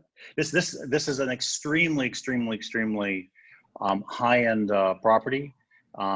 So we have invested a ton of money into everything into this property, and we don't want it to be damaged for anybody's short-term gain. This is a very, very long play for us. Very expensive property, extremely. I hear you. That's smart. You'd be surprised how many not smart people with high-end properties I've met. Now, the other question I have is about the roof, right?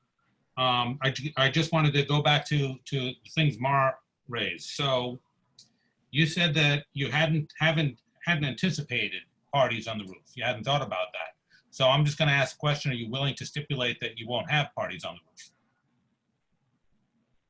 Well, the roof is not part of the license. Oh, I understand that, Donald. That's why I'm not trying to impede Michael's. Can you explain what a party is? I would, I might defer to Mar and some other young people in that, but I would say, a crowd of people who are drinking, usually have some music or something like that. So I can say that we will not allow people to go to the roof, cause a ruckus, and be a disgrace for our property. There's no way. We do have a roof terrace so people can go up there and sunbathe, watch the sunset.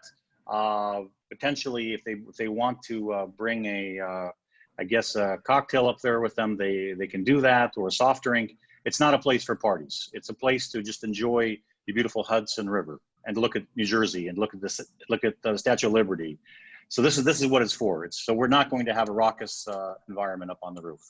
Yeah, that's great. And it did occur to me when I heard Donald saying that, under the COVID laws, alcohol can be delivered or sold for takeout, that you also said that they couldn't have direct access to the roof. They had to go through the concierge. So you could simply, by active policy, prevent them from taking that up there if you think it's a problem, right?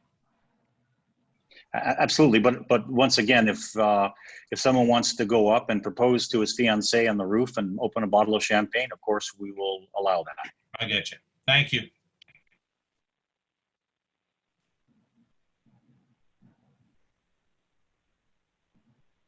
Robert, we can't hear you. Bob, you're muted. Yeah, thanks. I appreciate it. Lois, you have a question? Yeah, I do. I know this is for the liquor license. If this place is an exclusive, homey, private space for the restaurant, why, I can understand food being paid for, but why do you need a liquor license from the state? Why can't the residents bring their own bottle or bring their own drinks down to this restaurant, just as if they could bring it up to the roof? First of all, I'm not sure they could bring it up to the roof, but you couldn't. It's still commercial space, even though it's not open to the public. It's not private. It's not in the domain of someone's apartment. You're talking about people congregating and drinking. You're talking about staff serving drinks. It's a license. I still don't understand why they can't bring their own bottle if it's exclusive. I'm not Because sure I that's understand that. illegal, Bring their though. own bottles. Bring their own alcohol. There's, All right, I can't have understand, BYOB in New York Donald. State. I understand what you're saying, but if this is so exclusive, why can't they just bring their own? Because it is. You could say that then for any private members club. You could say that for any private members Yeah, club. you said it's a private members club. But Lois, yes. Lois, that's not legal under the law. What you're advocating for is not legal. So it's exclusive, it's homey, and private. Okay, thank you. So it's a Harvard. So it's a Harvard club. Okay, and then we have a question from Katie, is that right? Yes, yeah, I have a couple questions. Well, first of all, Mr. Belton, I'm very happy to meet you. I live at the between Washington and West Street, a few blocks south, and before it got so hot, I walked every day by your project, and I would encourage you to have your construction workers follow masking rules. It's very dangerous. People on the committee know it's personally dangerous for me, and your workers are not masked properly, and that sidewalk is very closed. You've got that shed. I have walked in West Street many times to avoid this. So please, you've got to get control of that issue with your workers. They're not following the rules. To turn to this project, which I'm very familiar with, obviously, on your renderings, you have two renderings for us, and they're both marked first floor, which I think is the first floor is the one with the entrance, and then this is something else where the courtyard is. How can we distinguish between these two renderings? Do you see the floor designation on the renderings?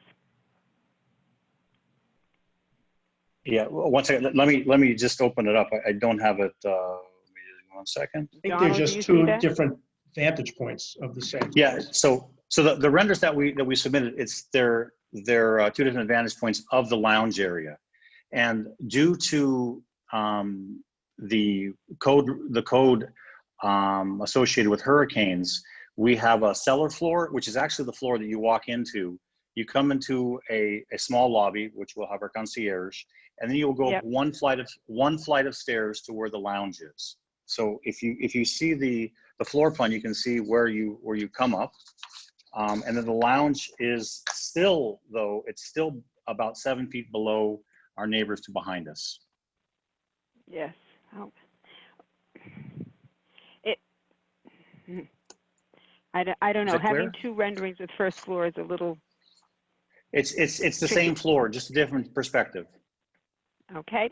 Thank you for explaining that. Mm-hmm. In the outreach packet, I have several issues with the outreach packet. First of all, I'm listed as someone you should contact as a community person, and my email, you don't have my right email. So you should have contacted me in one of my community not community board hats, but you don't have the email you sent to was all wrong. So there's some problems, and I do hope that you're going to just go up to 150 Charles Street. I've worked with them since they were in construction, and they're very open, and you've got to talk to them. The people to the right and left are sort of single homes. Talking to them is just, talking to a couple people. The people at 150 Charles Street are, many, many, many residents. So I really hope that you talk to them. And you also have someone that you're contacting a dead person on that outreach. So that may be part of us, but your outreach list has not gotten you to the community. And I had one final point. If someone else can ask a question, and I'll get my other point in afterwards. Okay, Bob? Okay, Katie. Michael, were you able to get some of the things that Katie said? Michael, you're muted. Yeah. I'm sorry. I tried to download the renders and I blew myself out of my Wi-Fi. I was listening to I heard 150 Charles Street, and then I got cut off, and I apologize. Yeah, I think what Katie's saying is that you should do some outreach to 150 Charles Street, because there are a lot of people that live in that building, and that may have interest in what your plans are using that courtyard. Yeah. Okay. I defer to the people who live over there, but isn't that 350, Charles? Yeah, I'm just looking. No. I think that we Maybe tried to. I don't know. We may have had the wrong email for Katie, but I think we also mailed her something, and I'm looking for it now because I'm pretty sure it was returned to us. So something was wrong with that too. Yeah, it is 150 Charles, just so we're clear. 150. And they have a concierge, and you just walk in the lobby and you can talk to someone. Okay. No, we have been in contact because we have our project obviously growing right in front of their very eyes. So okay. I just want to appreciate find the out, comment. like you said, yeah. How many you have? You have 10 apartments, but what's the size of these apartments? How many people do you expect to have there?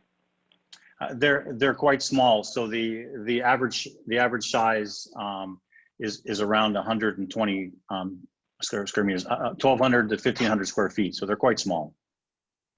So they 1 bedroom, 2 bedroom? 1 and 2 bedroom. Okay. And none of those college kids will be served any liquor, right? Yeah. Again, this is. And I said college students. It's a very rare situation. But again, Okay, Katie, we're happy to give you a personal tour of the property whenever you would like. When COVID is over. When COVID's over, I will take you up on it. Don't worry. Please do. Please do. Thank you. Okay, I think that's it. I had a question too. Go ahead, Carter. Yeah, so can you guys explain, I'm just sort of trying to understand this. How is 401 West Good Times Inc. going to be financially solvent?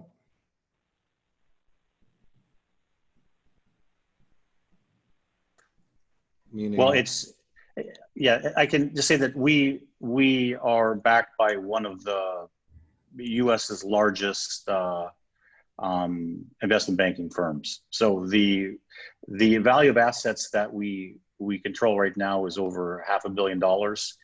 This property is worth about $50 million. So it's a quite large backing we have behind the property. So, but it's a not-for-profit club license that you're applying for. So I'm just wondering how, as a nonprofit club, this is going to be financially viable. How's money coming into it? If needed, we will go ahead and fund operations through it. I don't know if that's through a shareholder loan or what we will have to do to keep it going. But this is a non-for-profit business 100%. So what's the requirement to be a member? You need to be a resident. Okay, so you have 10 members that are funding this organization through simply selling them food and drinks? That's correct. There will be an ability to go ahead and transfer rental proceeds. We'll have to figure out what the operational budget is per year, and when there was a shortfall, we'll take out rental proceeds. Because it says on your certificate of occupancy that the lounge, the lounge and exterior terrace, accessory use is restricted to residential occupants of the building and their guests, for whom no admission or membership fees may be charged. So again, it'll be the drinks that they buy or the food that they buy, and the business is from the rental. But you can't use that money. I mean, or is that there's no membership fee that can be charged to people? No, we'll transfer it as ownership to the other entity. But that's a nonprofit. So what do nonprofits do when they don't make money? Well, I'm just going by what the ABC law says for clubs. I'm just trying to figure out how this definition of a membership club falls into that. Well, the ABC law says it's not to be operated for pecuniary gains, and it's not. The food and beverage revenue will cover expenses to the extent that there's a shortfall. There are ways of financing a not-for-profit. Okay, so a club shall mean an organization of persons incorporated pursuant to the provisions of the not-for-profit corporation law. Is this what it is incorporated under those regulations? Yes. It's formed as a not-for-profit corporation. That's what the certificate of incorporation says. and you're operating solely for a recreational, social, patriotic, political, benevolent, or athletic purpose? Social purpose, exactly. Because in your membership's only limited to 10 people, is that correct? Or the occupants of the units? So that Well, could be... the membership is limited to the occupants of the 10 units. Exactly.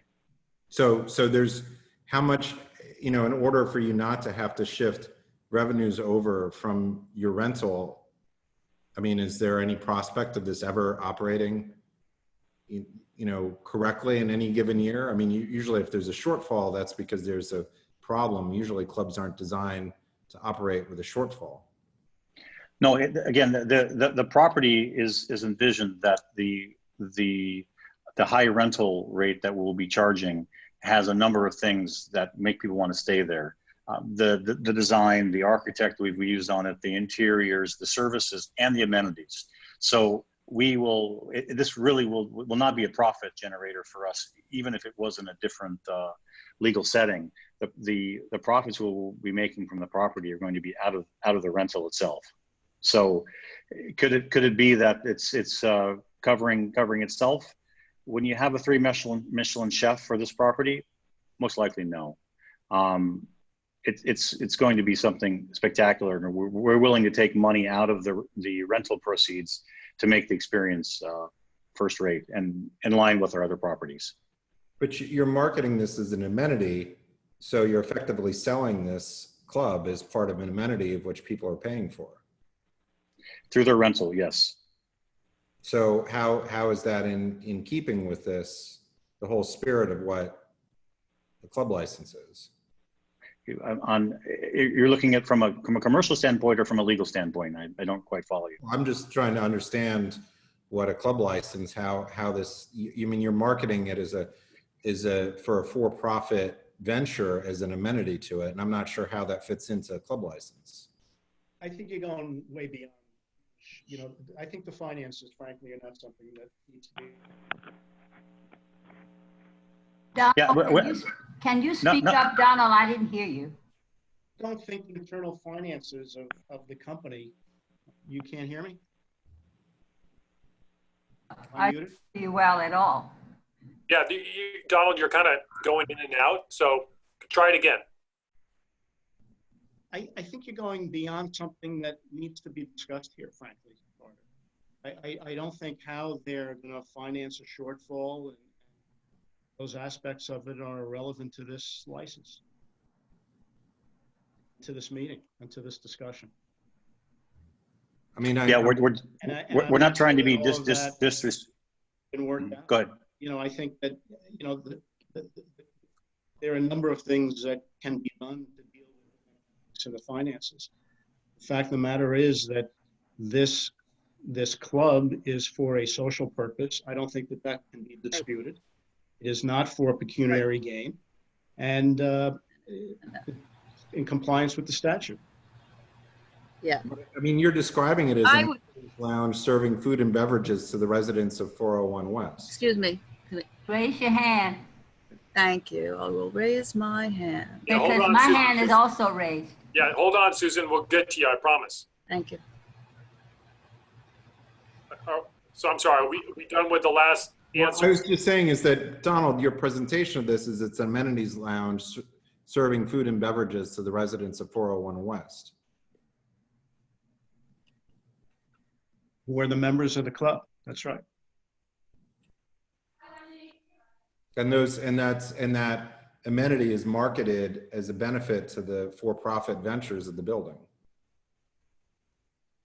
Like the Harvard Club is marketed as an amenity to people that go to Harvard. Well, that's true, but you don't automatically get in unless you pay the dues. Dues is not a requirement. There's nothing in the ABC law or in the not-for-profit law that requires the payment of dues. I don't believe. And if it did, they could charge a dues. That would be nominal. I mean, there are a number of ways of dealing with that. Okay.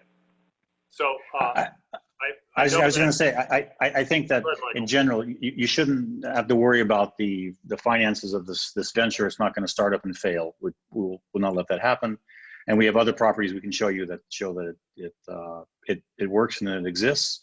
And we can't allow people from the outside because it's not large enough, and we don't want to cause an annoyance to our neighbors. That's not the theme of this property or other properties. It's quiet, it's exclusive, and it's for the people that come to the building. So we're not trying to be flippant or trying to be annoying about it being non-for-profit, but it will not cover its expenses. It's not the goal of this. Thank you, Michael. So I have Dr. Smith. Thank you. Thank you for waiting patiently. Thank you. I might have missed it. What's the length of the leases? Minimum of 6 months. And maximum? There is no maximum.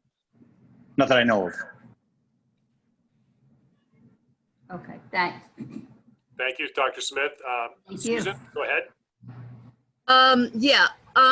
While it may not be relevant to discuss the financing, what's important here is the idea that you're seeking a license for what is, you're registering as a nonprofit entity, but this nonprofit entity exists for the benefit of a for-profit entity. And we've seen this before where in order to have a club, an entity will, form as a nonprofit, but it doesn't exist. If you look at the corporations law for nonprofit entities, this is not clearly the intent of the state's non-for-profit law. So while yes, it is on its face a nonprofit, the fact that it exists for the benefit of a for-profit entity does raise real issues. But why is that? Are you objecting to the establishment?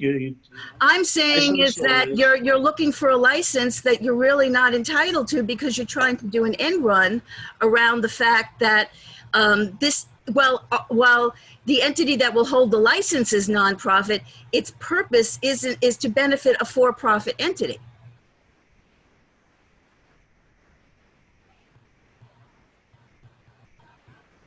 I mean, I don't know.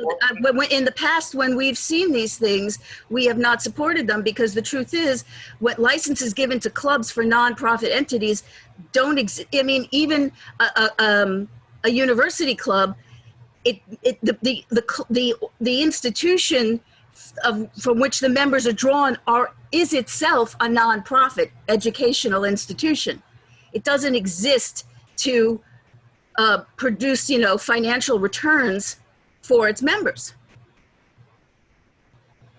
So we do have something here that doesn't seem to click. Thank you. Well, I don't agree with that. I think it's in compliance with what the statute says. Okay. I don't see anybody else with any hands. If there is somebody that would like to say something on this application, please let me know now because I'm going to put an end to it. And I want to thank you, Michael and Donald, for coming and presenting tonight. I would just say one last thing, Michael. The location of your place, I hope your mechanical systems are at least 10 feet above ground level when you designed that building. And I'm sure you did.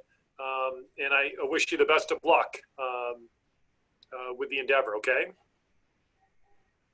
Okay, and can I ask you, I lost the lady's name who made the comment about the masking at 150 Charles Street. What was her name? Yes, it's Katie Bordenaro. I'm sorry, Bordenaro. I want to pronounce it right. Okay. And if you want, we can provide through Donald, because I have Donald's email, Katie's email, in case you would like to speak to her some more about it. Okay. Okay. Thank you very much for that inquiry. Thanks, everyone. Thank you. Thank you, and have a great night. Thank you, everybody. You too. Have a good night. Welcome. Be safe. Be safe. Good luck. Okay, so next up is going to be Rosecrans Retail, DBA Rosecrans, 7 Greenwich Avenue. So if you're on that application, if you could come forward and let us know or raise your hand.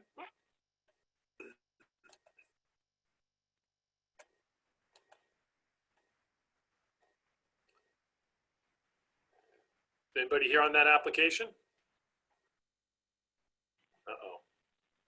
It's Bob. It says on the agenda that they didn't return the questionnaire, and someone said will not be heard. Oh, tonight. that's right. Oh, my goodness. And Robin, Robin Felsher, are you here on that application? Raise your hand, okay, if you are, and yeah. I am here. Robin? I'm here. I think I made a mistake. I should have called this out at the very beginning. I don't think there's anybody here on this application, and you are. And so you kind of spent the whole night with us because of my mistake, and I apologize to you. Not a problem. I'm happy to watch, and I want to thank the committee for its service.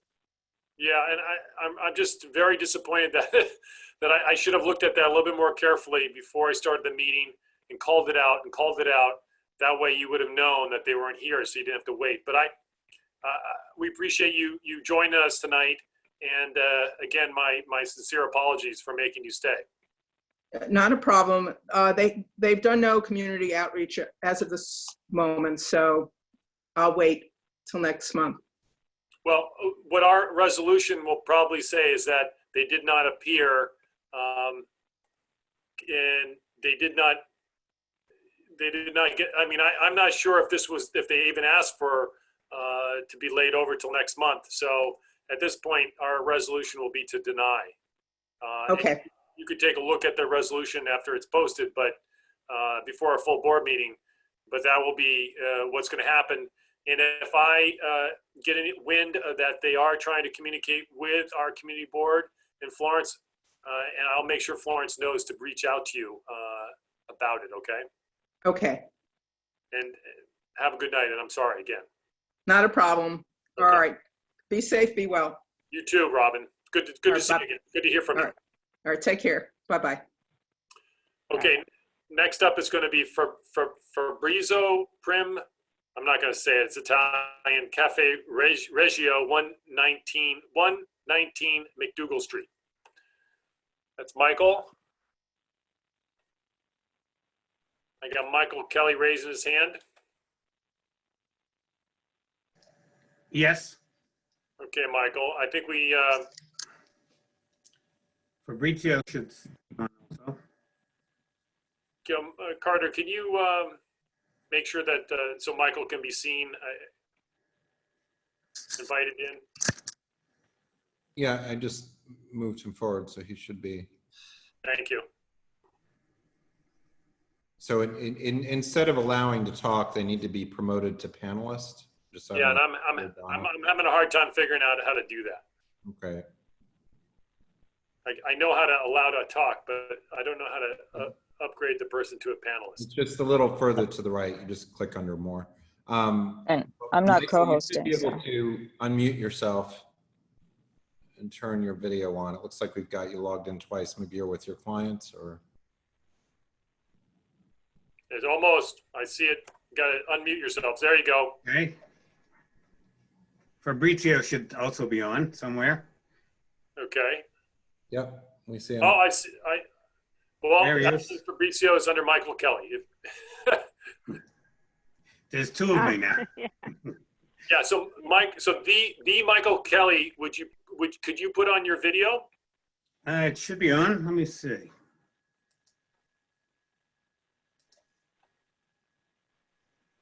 And there you go. There Hey, good to see you again, Michael. We haven't seen you in a while. Okay, and Yes. then There you are.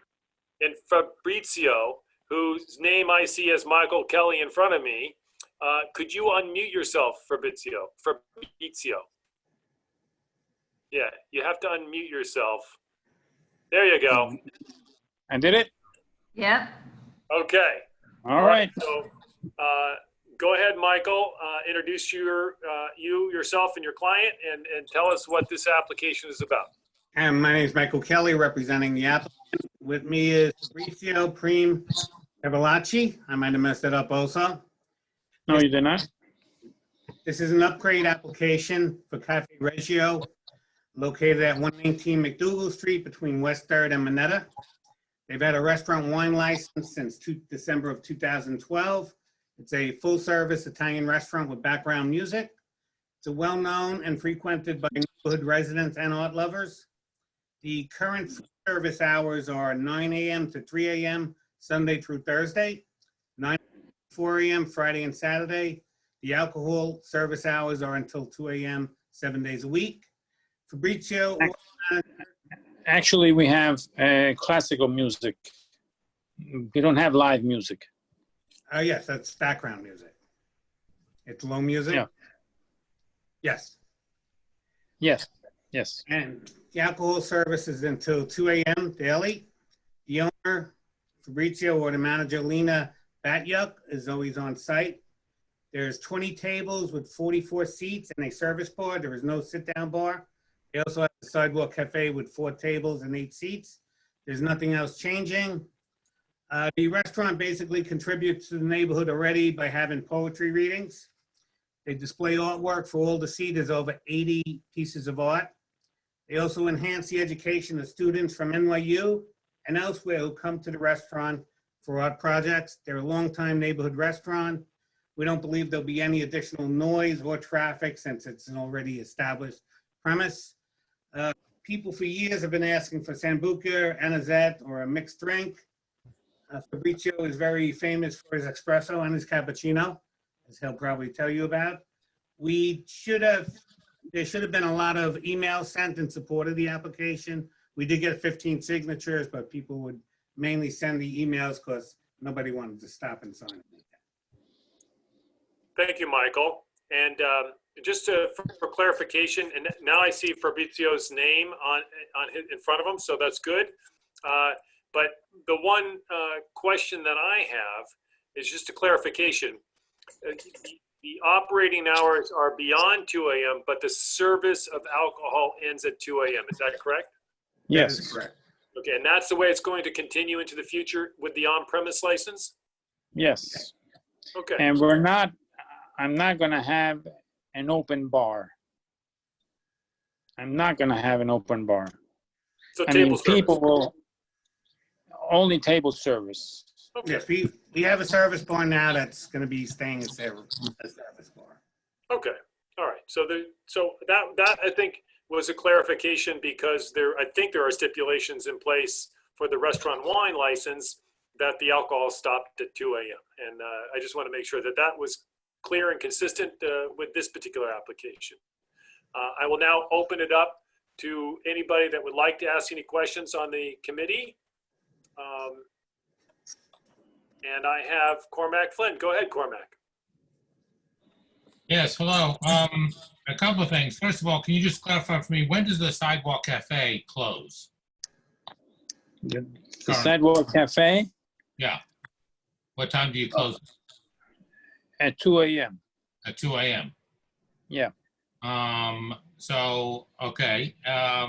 So, I mean, this is just because we have only 4 tables anyway, you know. It's no, not I understand that. I do understand that. You know, we serve until 2 a.m., but we're open later. Feels like one thing to me when you have a beer and wine license, and another thing when you have a full liquor. And the Sidewalk Cafe till 2 a.m. with a full liquor license is pretty unusual in this community board.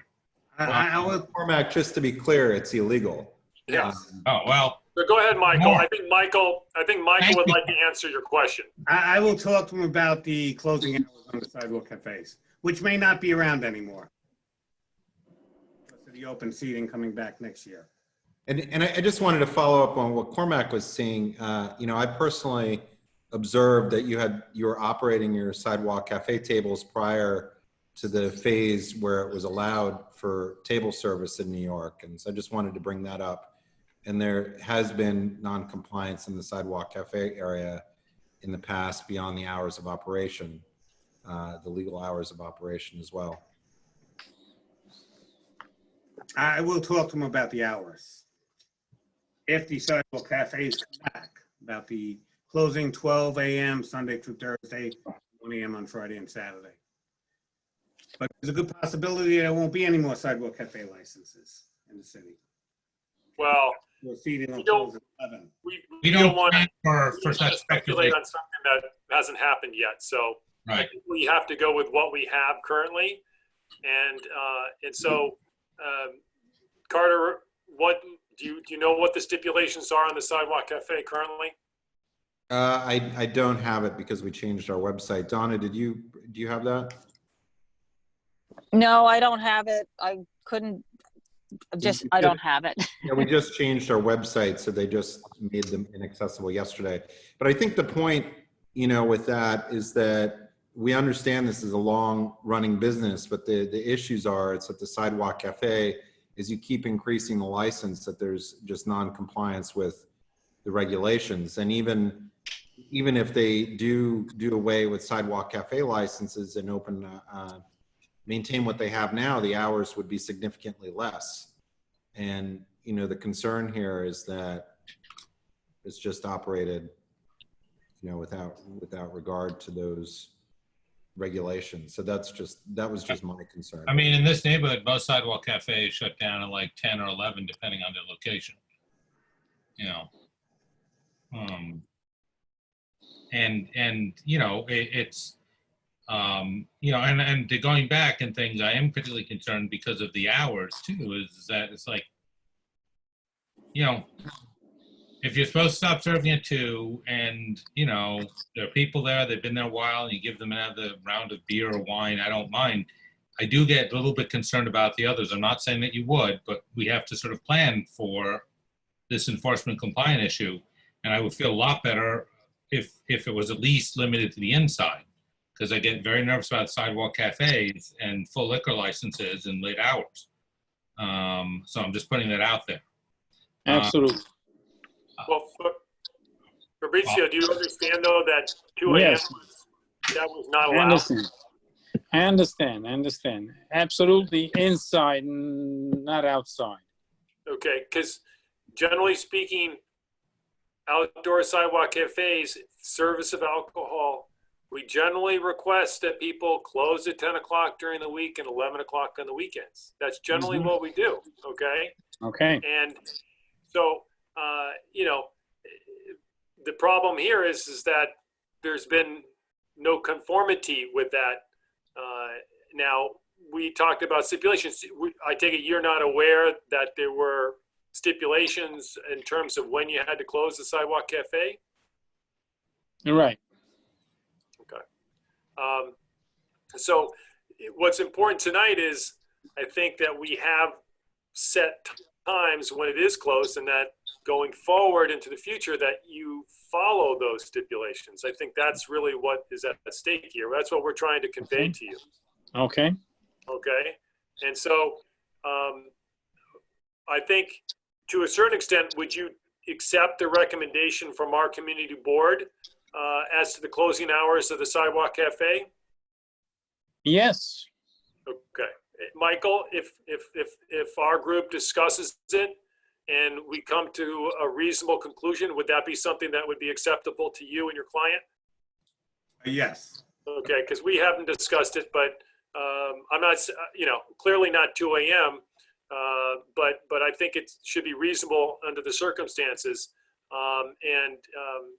So if that's an understanding that they can be breached between us and you folks, and it's followed, I think that could be something that could be worked out. Sure. Is there anybody in the committee everybody willing to do that? Well, I think, I mean, Bob, what's before us right now is simply a class change application, and they're looking to maintain everything else exactly the way it is. The issues that I had were not that they're operating their sidewalk cafe hours, through the times that they're allowed. This is one of the oldest businesses on this block, if not the oldest business. The issue that I had was that they're operating beyond what's prescribed by the regulations. I think that we should afford, out of any business on this block, this is one of the oldest businesses here.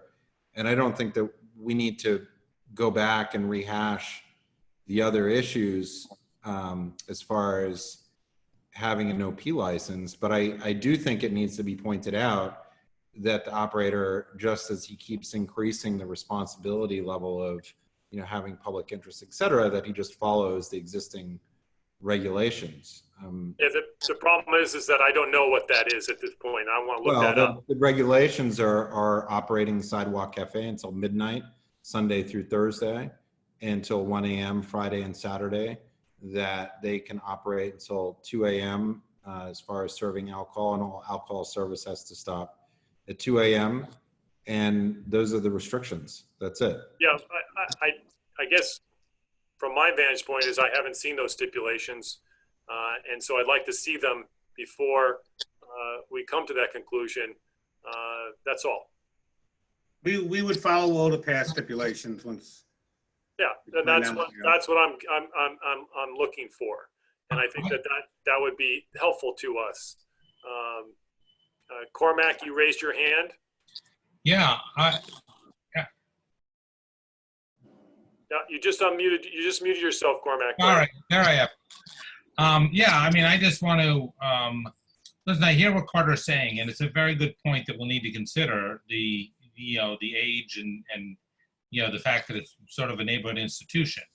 But it does seem to me that when people come for a class change from beer and wine to a full OP, it is worth looking at how that fits with the question of like the hours pattern, right? And as I was saying before, I'm never actually comfortable with this thing where people serve till a certain hour but then remain open for hours after that, because I feel like it's in sort of an enforcement nightmare problem, right? It's just very difficult. And when you're upgrading from beer and wine to full OP, that makes me even more uncomfortable. Now, I'm weighing against that on the one hand, that as you say, it's the oldest restaurants in the neighborhood, it's an institution. But on the other side, I'm weighing the fact that, like looking at Sidewalk Cafe, for instance, the record of compliance and paying strict attention and adherence to the rules doesn't seem to be very high here. I mean, when I say that service is till 2 a.m., I mean your regulars, your best customer who rolls into your place on a Friday night at 10 after 2 and is planning to be there for the next hour and 50 minutes, and I missed the cutoff by 10 minutes, and they're like, listen, just give me a shot. The answer is no. That's what it means. I just want to make it all clear on that's what it means. Yeah. He's been operating like this for years. I don't think anything's ever come up that he's served past 2 a.m.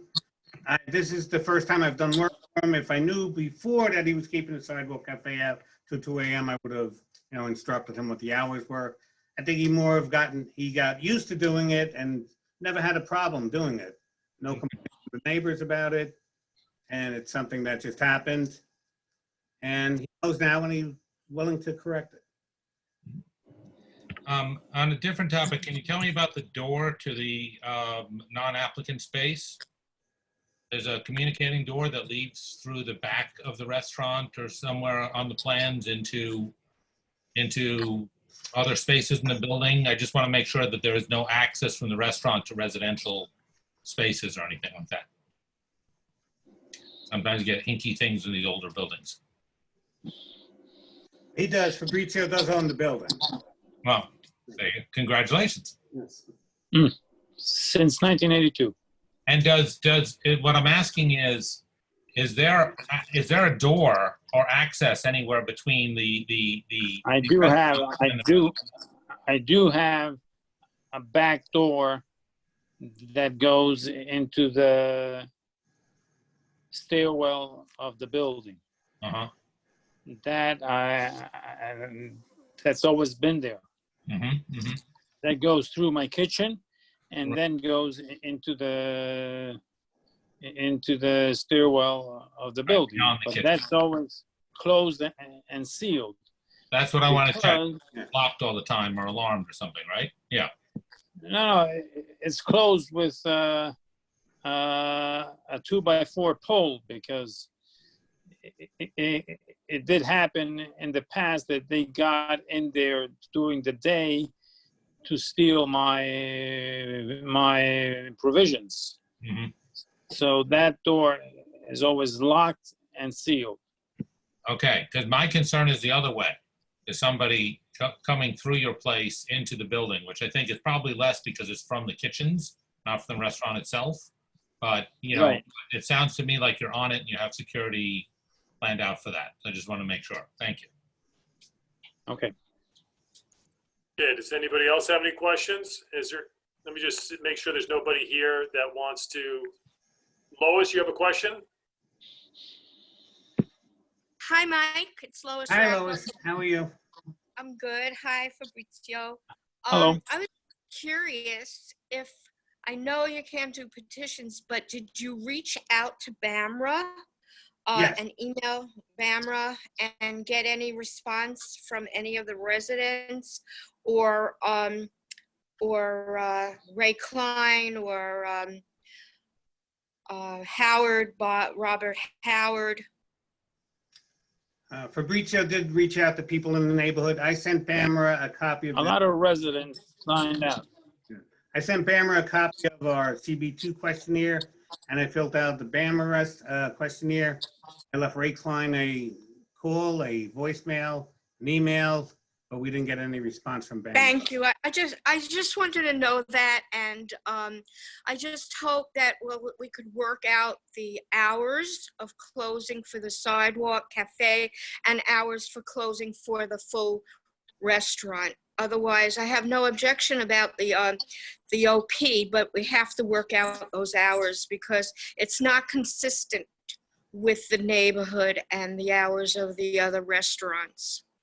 Well, these have Can been we the work hours for. something out? Sorry. Go ahead, Are we gonna Michael. work? Oh, Go ahead. These have been the hours for 8 years, had no problems. We understand that if we were coming before you now, we wouldn't be asking for these hours. What the OP is, we do get a lot of people asking for Sambuca and Anisette to complement their espresso. I would be one of those people asking for it. And you know, it's also going to help the business survive and also going to make, you know, help the server make a little extra money. So It's not about the OP, Mike. It's about the hours of closing and the Sidewalk Cafe closing. no, the cafe will, you know, will abide by any stipulation or go back to what the original stipulation was. That's not a problem. Yeah, I'm looking at the resolution from 2012 and just noting from that, this establishment has existed for over 90 years, 90. Hours of operation are Sunday from 9 a.m. to 3 a.m. and Monday through Thursday from 8 a.m. to 3 a.m. and Friday and Saturday from 8 a.m. to 4 a.m. And all alcohol service will cease at 2 a.m. every night, 7 days a week. Yes. Yeah, and there's nothing in there, Carter, about the Sidewalk Cafe? No, there's not. It was included as, you know, for the full hours of operation, licensed hours. And just for the record, I did get an email from Florence that indicated that we got 18 emails in support and 1 phone call, 18 emails and 1 phone call in support of this application, okay? Yes, me too. I got Chris, emails as well in support too. Yeah, I would say that while we still got Fabrizio and Michael online here, but unless somebody else has another question, I think I'm going to put an end to this. And thank you both for coming out. It's nice to meet you, Fabrizio and Michael. It's very good to see you again. Thank you. All right. And guys, if we could take a short break before we go into the next part of our discussions, I would appreciate that. So if that's okay with everybody, we'll just take a 2 or 3 minute break and then we'll come back, okay? All right. Good night, you guys. All right, good night. Good night. Bye.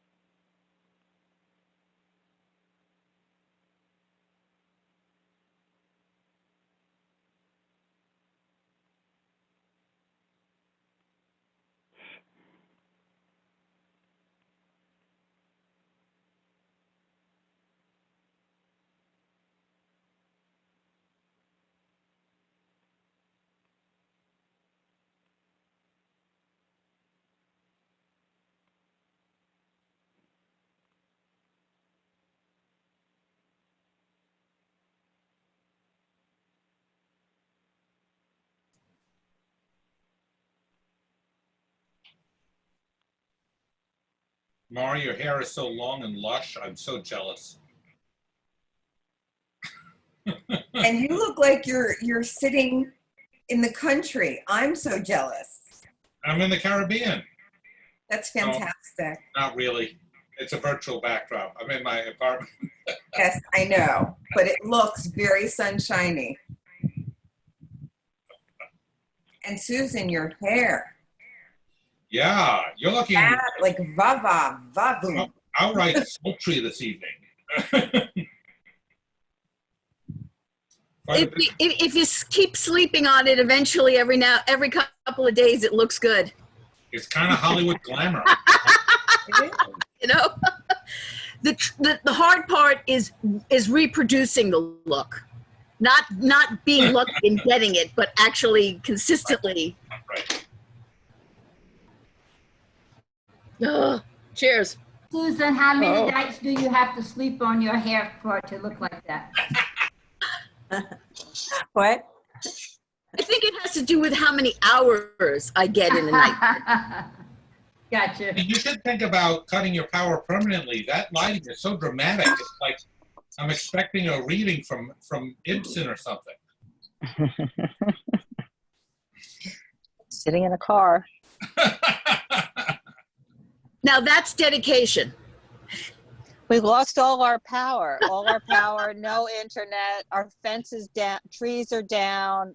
Tornado went through town yesterday and hit both sides of the road we lived on. We're on a mountain kind of, so it hit both of the lower sides and missed us. So I think some little thing came through today, but.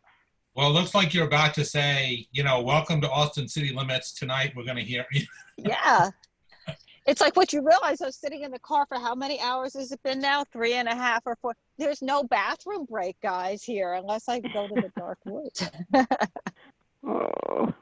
but also your battery. I mean, you have to be a little concerned about the battery of the car. No, I have it running. Turn on the engine for a minute. I've got the engine on part times here. Okay, good. It's bad. I mean, it's terrible. I hate doing that, but. Yeah. Did I miss what you said about your plan for tonight as far as where you're going to stay? Oh, our house is fine. I mean, the house is fine. I don't know about dinner, but the house is okay. And I have no idea, maybe by the time I get back there, the power will be on. I heard a lot of chainsaws going on when I left, so. So you're not one of those people who sleeps with all the lights on? No. I just made me and I go to bed much earlier than usual, actually. I will tell you this, Donna.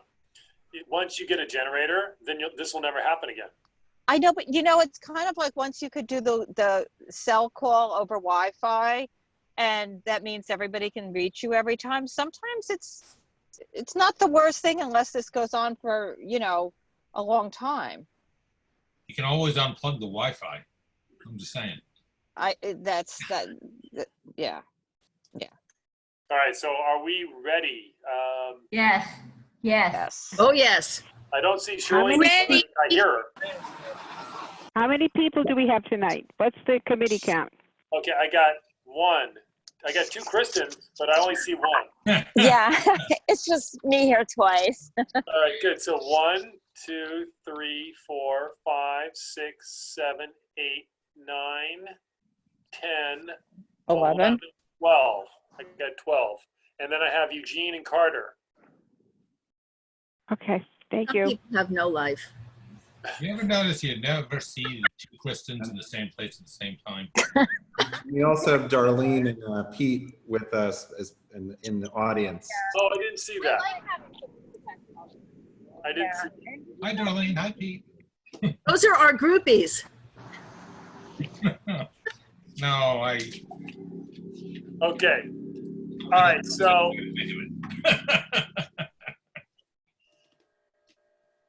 All right, so let's start with the, let's just go down the list, okay?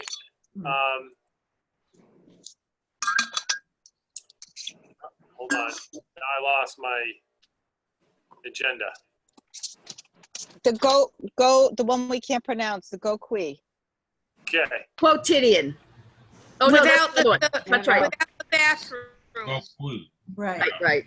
It sounds yummy, though.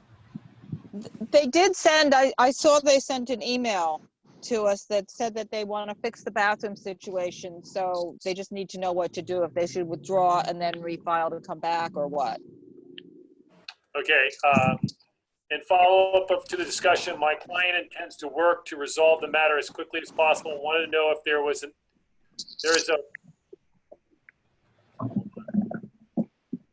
is a way to amend the application, have a rehearing, or if we must withdraw. If we must withdraw, my client would like to do so in this case. Please confirm in withdrawing, we would need to file a new 30. Yeah, I can handle this other stuff, but unless, what I will tell them is unless they can do everything together in the next 30 days, that they're going to need to withdraw and come back and just serve a new 30-day notice. Okay, so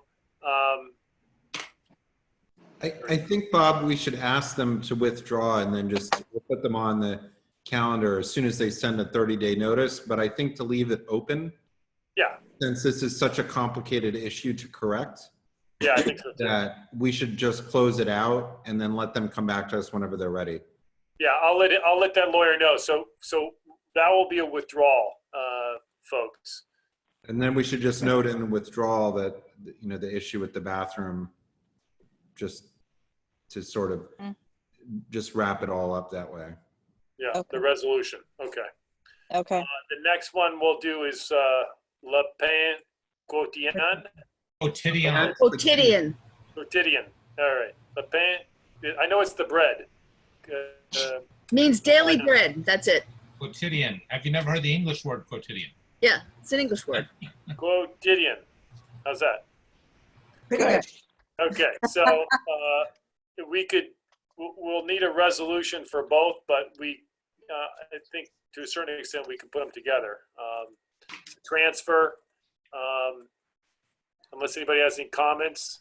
We Bob, the can't one thing that, put them sorry, together. They need to be separate. yeah, I mean, Separate resolutions, separate. separate votes and separate resolutions. Yes. Susan has her hand. Well, Susan. I was just going to mention the reason they needed to be separate was the discussion about the outdoor seating in the Soho one, which was different than the outdoor seating at the 8th Street location, which was totally different. So there were issues about it on Grand, but not on 8th. That's why we needed one reason to separate it. No question, Susan. There will be two resolutions. It's two separate applications. I just heard them together. That's all, to try to get things moving. Does But anybody? however, What's I just that? want to say one thing. I don't think they're going to be able to put the a cafe in 8th Street because it's a bus route. Just so that everyone, we didn't mention it, but you know, it's just not going to happen. They could do it on 5th Avenue. Oh, that's a bus route too. So I don't know. They may not get it. They cannot. What they're looking for is, if I understand properly, is they were talking about the open streets thing. It's put the open restaurants. It's putting That's what he said, yeah. the temporary thing.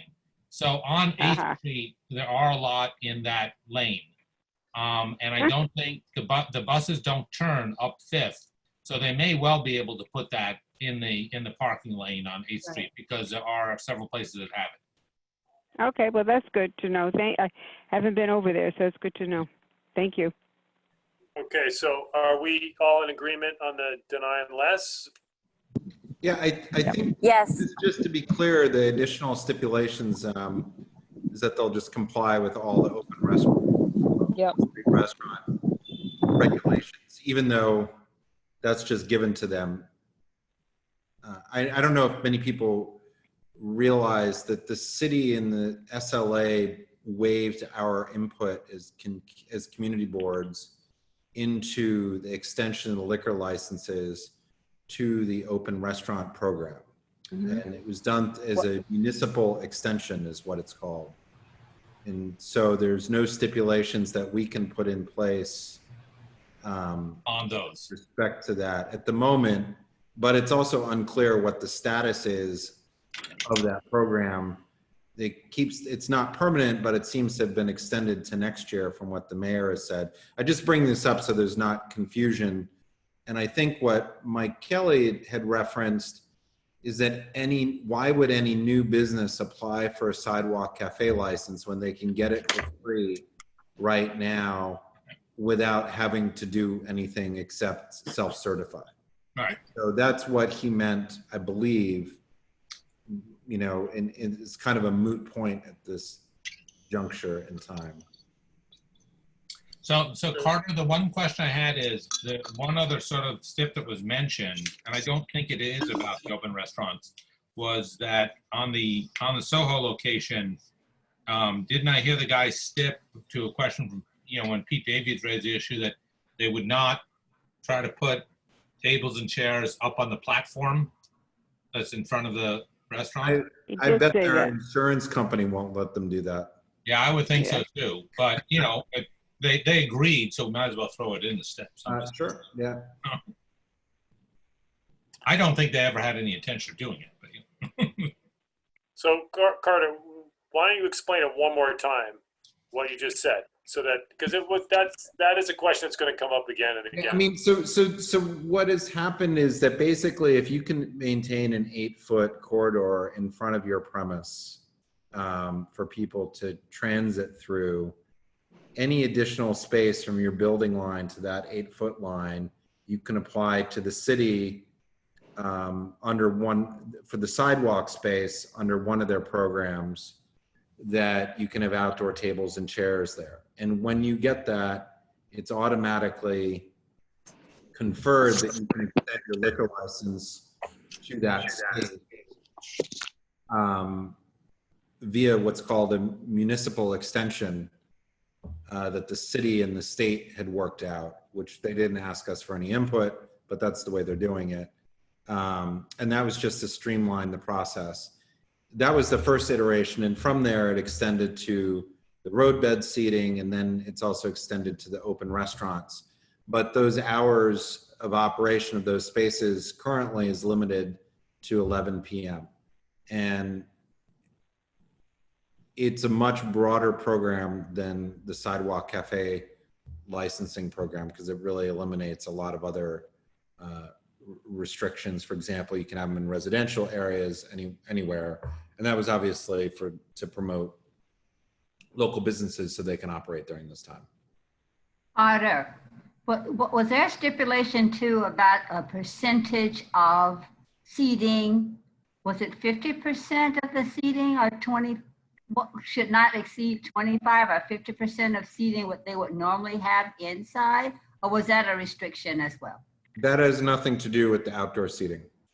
With the new outdoor seating? Yeah, the new outdoor seating. There's no, in Sidewalk Cafes licenses and this program, there's no restriction on the number of tables and chairs, provided that you comply with the New York State social distancing guidelines. I forget what the exact title is, but basically the state guidelines on that. And so right now it's like it's a 6-foot distancing. So you'd have to have, you know, whatever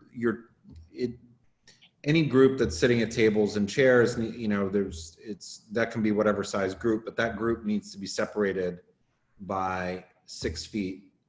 And then the city's got some additional regulations, like you have to have a ramp for disabled access if you're not raised to the curb line. There's a bunch of other stuff.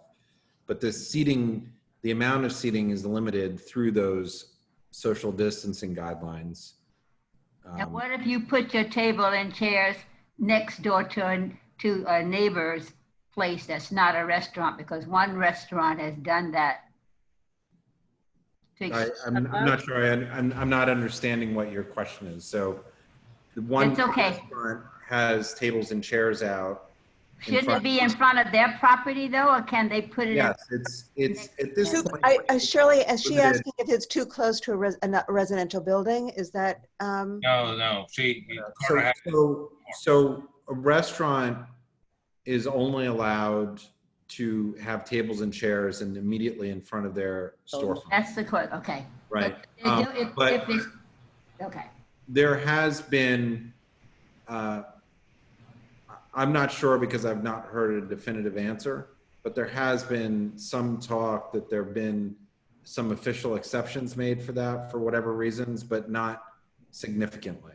So there may be some slight wiggle room around that, but the way it's being enforced is not completely absolute in every case, but it doesn't mean you can take over the storefront next door to you. But that's exactly what a restaurant is. I tried to call in 311, but for some reason I couldn't get through, but I did not think it was legal. That's okay. Yeah. I hear you, Shirley. I walked by a place the other day that was like, you know, 2 more storefronts beyond itself. Yeah. Cafeteria up on But guys, I mean, just but not to get too off, because we're obviously we're talking about Le Pen Quotidien, but if you see those cases, if you take a couple pictures, even if it's from a distance, it's better if it's from a distance or across the street, just to show it's beyond their storefront. But if you can send those into Bob Gormley, you know, he can pursue them. Or if you submit 311 complaints, if you can just send him the 311 complaint numbers. Okay, I guess the comment though that you wouldn't have any reason to apply for a Sidewalk Cafe, at least for liquor licensing purposes, I'm not sure I would agree with that, but that's beside the point. Because we don't know how long this is going to last, and it's close. The closer is 11 o'clock currently with the outdoor areas. So, you know, I'm not sure I agreed with that comment, but nonetheless, I just think it's important that these things will come up in the future. But if there's a stipulation, the stipulation would be that you abide by all existing rules and regulations, which we kind of have in our stipulation already. I don't think the DCA is accepting applications. Yeah. So. But I mean, I'm just saying, why would you? And I would say, well, for purposes of liquor licensing, that's different than the DCA. So if you want to serve liquor at an existing Sidewalk Cafe, yeah, you know, you need to abide by the stipulations that are in place. Well, you know, Bob, you actually raise an excellent point in that respect, because if you're licensed with an existing DCA Sidewalk Cafe license, number one, you are not restricted to 11 p.m. for the service of alcohol. That's right. That's what I'm saying. You're limited to midnight and 1 a.m. unless you have, this is my understanding of it, unless you have some other restriction, because you're operating as an outdoor space that's already licensed. But if you haven't been licensed for the service of alcohol in your Sidewalk Cafe, I believe you do need to apply for an alteration. It's not just granted because it's not part of the open restaurants program. That's right. So you've got to pick one or the other in which to operate. Anyway, I don't want to go too far down the rabbit hole here, but anyway, I just thought the discussion was helpful to everybody. So I take it with the 2 Le Pen, you guys can say it, 12-0, denying less? Mm-hmm. Okay, and yes. the one on Grand Street, there was an agreement not to upgrade in the future for what it's worth, okay? All right. All right. And the next one is Blossom, which is the restaurant wine on University Street. Nice gentleman moving his restaurant from Chelsea to our neighborhood. I'm assuming that's a denying less as well. Okay. Yes. Yeah. With the stipulation. 12-0. Okay. Yes. Next up is 401 West Good Times. This is 401 West Street. Club members only, not for profit, with the courtyard. I know there's a few people that are going to object on the grounds that the license does not apply because this is not a non-for-profit, a true non-for-profit. I think Susan said it very well. I think Carter hashed it out. The question I have is whether that's sufficient for everybody here to say no to this particular application, and so I open up the door for discussion. I'd like to point out that we had something similar with Soho Works, where the license was going to be held by a nonprofit, but it was clearly an operation designed to benefit their for-profit business. And this applicant is clearly, he's admitted that this is going to be an amenity for an income-producing building. So if we give them, if we support this, then what we're really supporting is giving, you know, licenses meant for nonprofits to, businesses that can't get them otherwise. Yeah, and I would say, just a kind of a counterpoint to that, that application also had other problems. Did. That application was in a building, a commercial building that didn't have a C of O that allowed for eating and drinking. And it was on 3rd, 4th, and 5th floors. And we were really worried about other people coming in with the same, MO, trying to get all sorts of licensing, saying they were clubs when they weren't. And this particular application is different than that. I think the argument is there. I think you articulated it very well, but it is different. And there was also objections from the neighborhood. In this particular situation, we don't have an objection specifically to this application. But so, I mean, that's just my counterpoint to it, but I'll leave it. Other people would like to say something? I'd like to say. They didn't. Go ahead, Mar, you first, and then Donna. They didn't speak to Yeah, I'll go after Mar. the buildings immediately surrounding them, A. So there's that. But also, I have friends in Superior Inc. At Greenwich Lane. They have really opulent club rooms and spaces that are exclusively for residents. And they don't need a liquor license to serve alcohol. Like, people, if they're going to do an event there, if they're going to enjoy time there, they bring their booze from their home. I mean, I don't know if that's legal, but that's what happens. I don't understand why they need to be selling liquor and selling food in a public place, in a private. With you are. Well, hold on, Lois. Hold on. So just so you guys hold on, Carter. Hold on. Just bring alcohol in your building. Yeah, just to Mark, just to kind of counter that a little bit is that I think what they're doing here is crossing their T's and dotting their I's for the service of liquor. It's a high-end establishment. They get in touch with Donald Bernstein. He knows what, he's saying you better do it just in case, or, I think it would be a big mistake if they didn't, because then they could get reported and they could get in trouble. And their intent here is to try to follow the law, the ABC laws. So go ahead, Carter. I'm sorry. Yeah, I was just going to say, you can't, if you go to a common area in a building and you serve anybody alcohol, you need a liquor license, period. If you're in a retail store and you provide alcohol to anybody, you need a liquor license, period. Whether that's a temporary one-day license or whatever it is, you're required to be licensed. Now, whether people follow that rule or not is a different story, but that is the law. If you've got a common area in, a co-op building and you have a party down there, technically you're supposed to have a permit from the liquor authority for that. Are tenants, or is that yes, the responsibility of the building?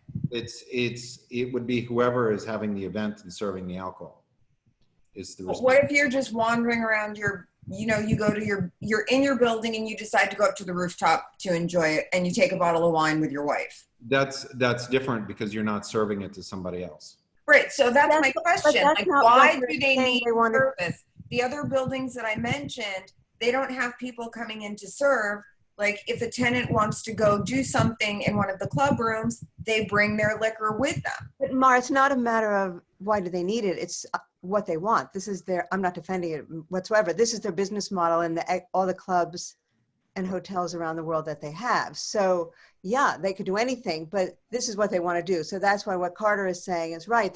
Or Bob, sorry. They're trying to find a legal way to do what's just a really luxe amenity in their hotel apartment complex. And, it leaves us with deciding whether we can say there's no nonprofit here and deny it on that.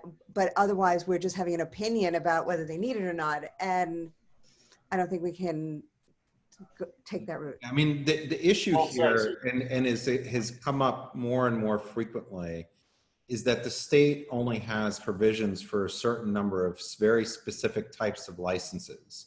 And what we're hitting up are all the edges of where no such license classes exist. Right. And so there, we see this with the retail stores trying to shoehorn things in.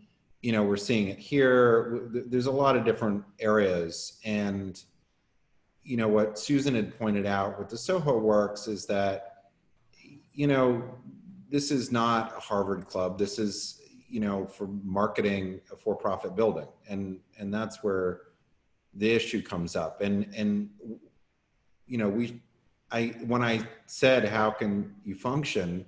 A club should be able to function independently, I would think, if the members come together, even if, and be clear that one member is supporting it, not the for-profit entity that's covering its losses. So listen, Shirley and Donna were both trying to talk before and got squeezed out. And Lois and Katie both have their hands up. Yeah, So just wanna exactly. make Thank sure you, everybody- Cormac. Thank you. So Donna, did you want to say something?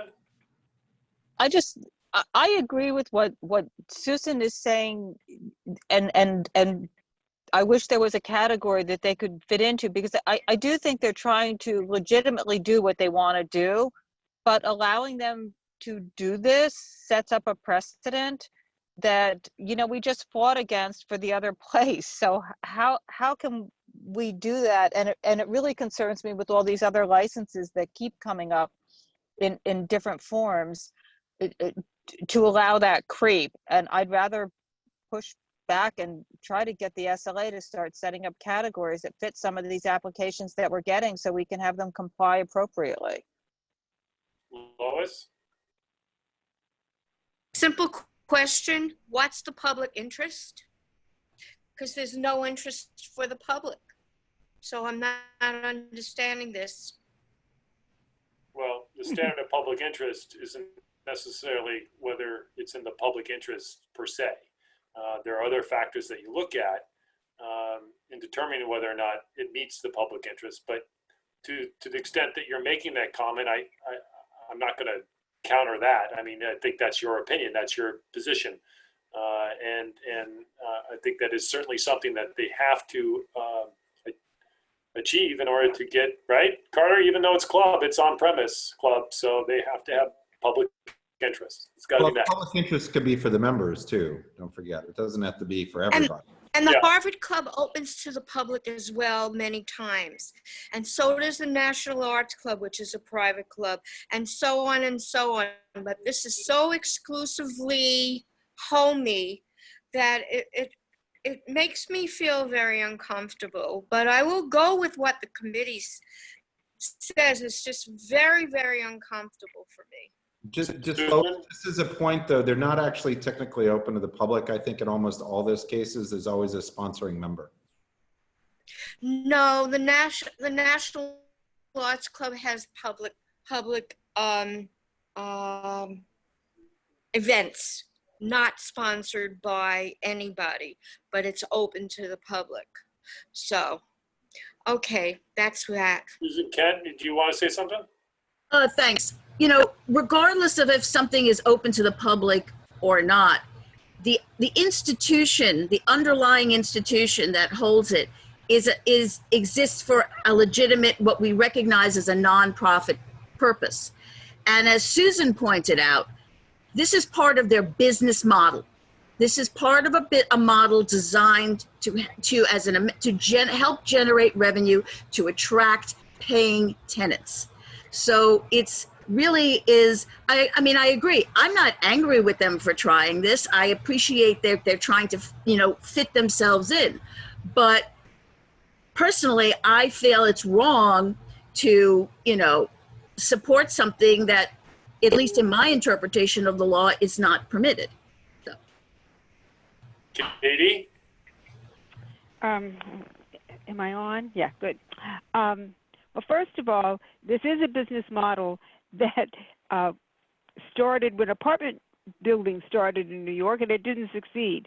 It's too expensive, and that came out. It was too expensive to succeed 100 years ago or more, and was dropped. So the food part may go away, but I want to go back to what Bob said. There's a huge building behind them, and actually the owners of 401 West Street tried to get 150 Charles Street to buy that lot and say they would so that the view would never be obscured for them. And 150 Charles Street passed on that offer or opportunity, but they didn't even try to get in touch with 150 Charles Street. Now, our list, Carter, I don't think is very good, you know, but they didn't even go up to that lobby and say, who could we talk to? So I don't think they didn't talk to the neighbors, and that was their first disingenuous comment as far as I'm concerned. I don't know if it's enough to keep me to vote against them or allow me to vote against them, but I want to be clear, they're not really very neighborly. Okay, and I have both, well, Cormac, go ahead, Cormac. You got to unmute yourself. Okay, how about that? So, yeah, so I mean, I don't want to repeat things that other people have said. You know, as Katie pointed out, this is actually not a new business model.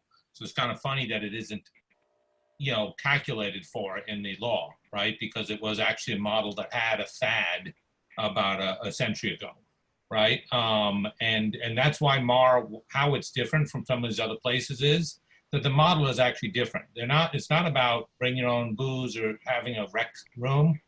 It's that we are running a restaurant for you in the place. So you never have to cook anything and you can always have your own private dining room. Which is, I think, why they're thinking that the club thing is probably the closest thing to it. But the point that Susan makes is also right. And we have fought this out with them before. And more frustratingly, I won't go back into it, Carter's explained that all very well, I think. But more frustratingly, the SLA has been inconsistent in how they have applied it in the cases where we have raised it, right? Because remember that this was also an issue we raised with zero bond, right? And so sometimes they're like, it doesn't matter, and sometimes it, you know, so, you know, basically I don't have a problem with their underlying, what they're trying to do here in their place and in having this model, you know, if they can make it work, I'm skeptical, but, you know, I don't have any problem underlyingly with what they're trying to do. But I do think that there is this formalist issue, which is that, as Susan was saying, this is not our understanding of how this category works or the understanding that we have applied to everyone else.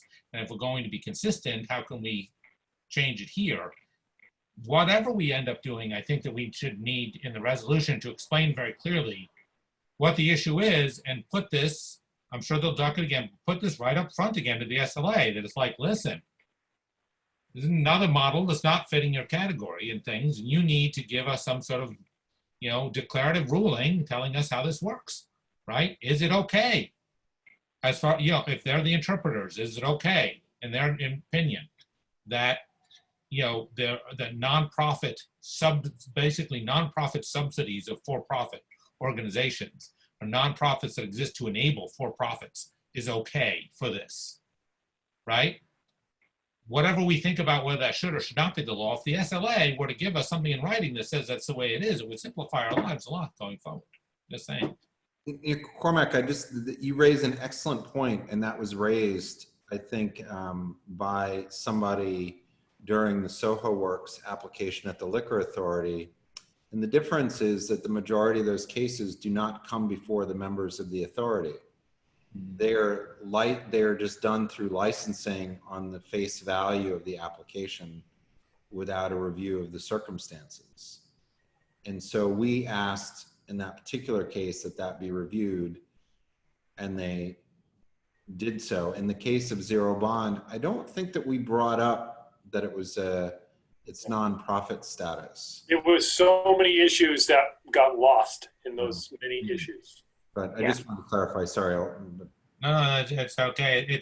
I will say though, I mean, and I'll defer, Carter, you know, to you and Bob and your experience on this, but it does seem to me that the other issue from a strategy standpoint is if we reject it or recommend rejection on those grounds, you know, there's a good chance that we'll get overridden at the SLA, which might be fine, especially if we can get them on record or something. But just putting that out there. You know. Okay, I see a lot of hands up, but I think it's probably because people didn't withdraw their hands after they were done speaking. Does anybody else want to say anything on this before we take a vote? Bob, the only thing I just wanted to say was I think that Katie pointing out the lack of outreach when they had so many letters in there about the outreach they did is also, for me, that was disappointing. Yeah, I guess I would say this on that is it looked like they were reaching out to block associations that aren't not exactly in that area, but there's really not a whole lot in that area. And then, our website, those, the folks on that's where they're getting that information from, is from our community board.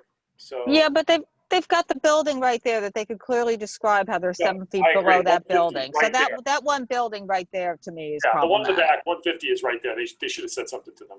Anyway, I agree. So, anybody else? Yeah, I just want to build on one thing that Cormac said. It's very important for us to get the SLA on the record, because they're the entity that should be turning to the state attorney general, who oversees the state's nonprofit law, and should be seeking guidance from the AG on this matter. If we do it, we get nowhere. But if the SLA does it, you might see something. So Susan, to that point, I believe that the conflict you just had me remembering on Soho Works was that they may in fact be a nonprofit that's properly incorporated under the state rules, but that doesn't mean they meet the requirements for the New York State Liquor Authority's club license. It is not any nonprofit meets the requirements, is that the nonprofit needs to specifically follow in line with the with the ABC law of the state. Yeah, that is true. That's exactly what happened. That's true. And that Chairman Bradley had made in that particular case. Now, and I want to just share something here just so people can see. Let me see if I can find it. Yeah, I mean, if you get the language, it's like, it's quoted in our last resolution. It's almost, there's no way they can show. It's like, it's very, very pigeonhole circumstance in which you could do this. I mean, I remember incorporating some of this language into the resolution. Yeah. And just because an entity organizes under the nonprofit statute on its face, if it may be a nonprofit only because it hasn't been challenged. It's really the responsibility of the AG to challenge an incorporation because it's improper. And that's what we really need to, if we bring this to the attention, I'm so sorry for the background, it really needs to be a challenge to these kind of filings. But the point, Susan, though, is that for the purposes of the Liquor Authority, it's a very narrow finding. If it's for the reasons that are listed in the ABC law, that's under their purview. It's not the broader. So it's difficult for them to work with the AG because the AG is going to say, well, maybe they can be a nonprofit, just doesn't meet your requirements. That's not our issue. But I was going to say, one of the things that goes along with this is if you look at their Schedule A, which is what should eventually be on their liquor license, you see in this section here, I don't know if you can see my mouse, it says lounge and exterior terrace, accessory use restricted to residential occupants of the building and their guests, for whom no admission or membership fees may be charged. So that's why I was asking the question, if you can't charge admission or membership fees, then how do you support your club? Yeah. And if it's through, and then he said you've got a 3-star Michelin chef, it's like, that's on premise every day of it just doesn't, the whole idea doesn't make much sense in that it's operating as a nonprofit. The other 1% lives. Okay, so Mar raised her hand. I'm going to let you speak, but I think I already know where everybody's going. But go ahead, Mar. Well, above and beyond the sketchy nonprofit status with this, there's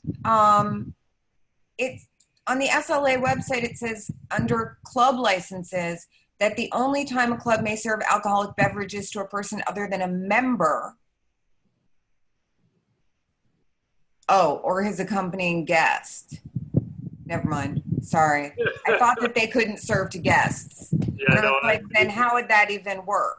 if you read the, Yeah. go back to our resolution from the past, I've actually requoted the language in there. I see. They have like a one sheet with all the rules.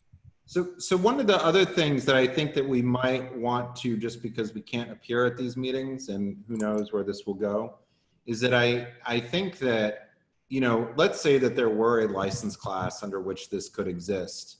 Let's just say for argument's sake, I think we should lay out just some guidance on what would be okay as far as the operation here, just because our objection, you know, to me was sort of the 24-hour nature of this, and just that if we had another membership club, I think if it's scaled out in size, we'd have issues with that.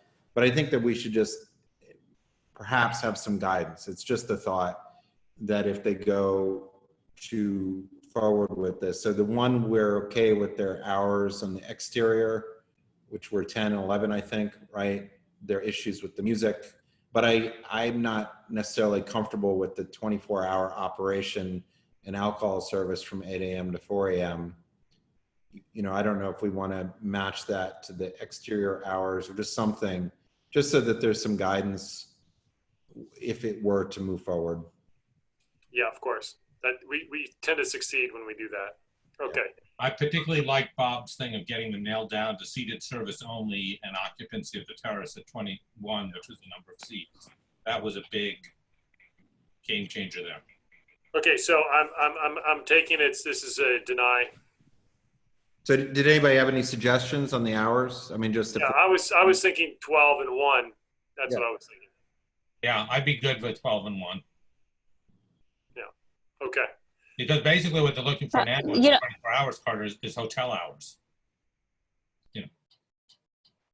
But on the other hand, I'll say too, if it's just the interior hours, I don't have a problem with them being a little bit later. If I was out and I came home or had friends that lived nearby or something and wanted to go in there and have a drink at 1:30 or something, who am I bothering? It's not a lot of people. There's, you know, you can't just bring, it's not open to the public. So of all the places to go, wouldn't you rather have?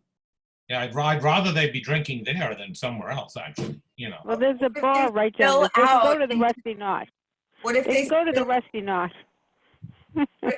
What if they spill into the roof and the outdoor space? I mean, how are they going to really manage? But they said that they closed the roof at 10 o'clock is what they said, and you need a concierge to get up there, and nobody has a thing. I mean, if it was outdoor space, I'd feel differently. It's If the I'm inside paying space. like $24,000 a month to live somewhere, and I want to take my drink at 1 a.m. or 2 a.m. or whenever I want up to the roof that I'm paying for all these amenities, and somebody tells me I can't, I'm going to be this. But that's not part of the licensed area. The point that we're at is the club and it's selling. All right, so the terrace, I can't step outside after 10 o'clock with my drink? I mean, if They they lose did their it, liquor license. yeah. I think what Mark's raising is the issue of do we really believe that they'll enforce it? I mean, look at the enforcement issues we're dealing with right now as far as the open streets and the selling of legal selling of liquor to take out. I mean, when there's a problem, what did the operators say?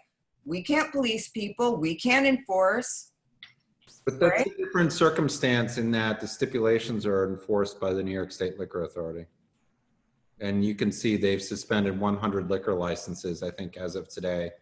Yeah. So far. So, yeah. You know, I mean, I think the issue is our local enforcement that's not doing the enforcement. Okay, so the 12 and 2, Donna, is that it? 12 and 2?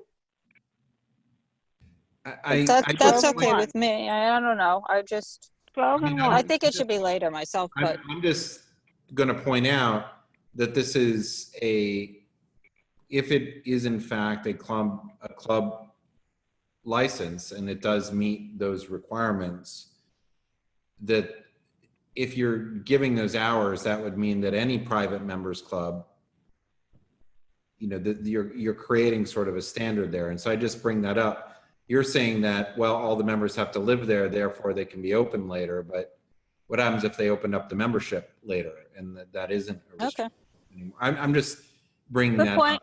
Yeah. Good point. You know. No, I would let's just stick with 12 and 1 for now. And look, that's not going to be our decision anyway. If they want to impose conditions on it later on down the road, we have an example. That's all that's what we're providing, compromise. And that's what's been working lately when we're up at the SLA. So, okay. So 12 and 1, this is a deny then? Is everybody in agreement? It's a straight deny, but with comments. Deny with comments, Bob? Well, of course, there's always comments. With comments and from what I'm hearing, with comments and with guidance, you know, a little. Yeah, no. I just like our new, I like our little category. Okay, so we're all in agreement then? Kristen, everybody, Anthony? Yes. Okay. Yes. Shirley? Is it good to go? Earlier, Shirley, I thought she had something to say and then she Well, I did, but what happens is, and it's okay, you know, people start talking, they have 1, 2, 3, 4, 5, 6, 7, 8, 9, 10 questions, and some of mine were consumed in that, so it's not a problem. Okay, thanks, Shirley. All right, so 12-0 deny, that's the vote, right? Yeah. Okay, good. The last one, Cafe Reggio. Anybody want to? I'd like to say, I know the restaurant, and I know they've been here for a long time, but I think that the outside hour should be shortened. I don't think we should go to, was it 3 o'clock originally they had, 2 o'clock? No, the outside would be 12 and 1. Perfect, okay, that's fine. So do you want to cut the outdoor hours? Is that what you're saying? No, I thought it was longer. I thought I heard something like to 3 o'clock. No, what he said was he's been open till 2 a.m. outside when he shouldn't be. He didn't realize that. Yeah. That's what was said. That's fine. I'd like to see him knocked back till something like a 10 and 11 personally, but you know, I'm flexible on this depending on where the committee is. Yeah, I think Carter's point is it's been an existing business for a long time and we're in the middle of a difficult time period and we want to do the best we can to help the existing businesses out when there really aren't complaints. I will say that it's a place where I go if I'm out late and I just want to stop by and just grab a bite to eat by myself because it's so relaxed. I mean, it's like you sit out there and it's so quiet and so relaxed, and it's actually like a little oasis on Macdougal Street, I feel like, and they've been around forever, and it's just such a to lose them, like out of all places, and I feel like everyone's so at risk and we're losing so many amazing restaurants that I really think that those are the folks we should cut some slack, you know, and trust. Yeah. See, I think so. You're in the same camp with Carter. Other people. Anybody else? I want to say disagree with Kristen.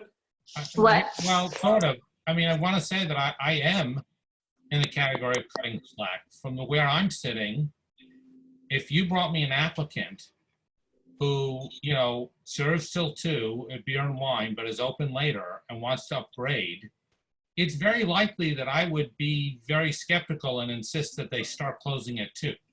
Then if you told me further that applicant has a history of scofflaw on their Sidewalk Cafe, I would be a straight deny. Screw it, that's it. So I feel like I'm in the category of slack. We're just discussing how much slack. There are a lot of slack. Right. Well, I say go back to Mara's point on enforcement, and you know the problems on Macdougal Street don't come from Cafe Reggio. Period. Right. And at all, not even one bit.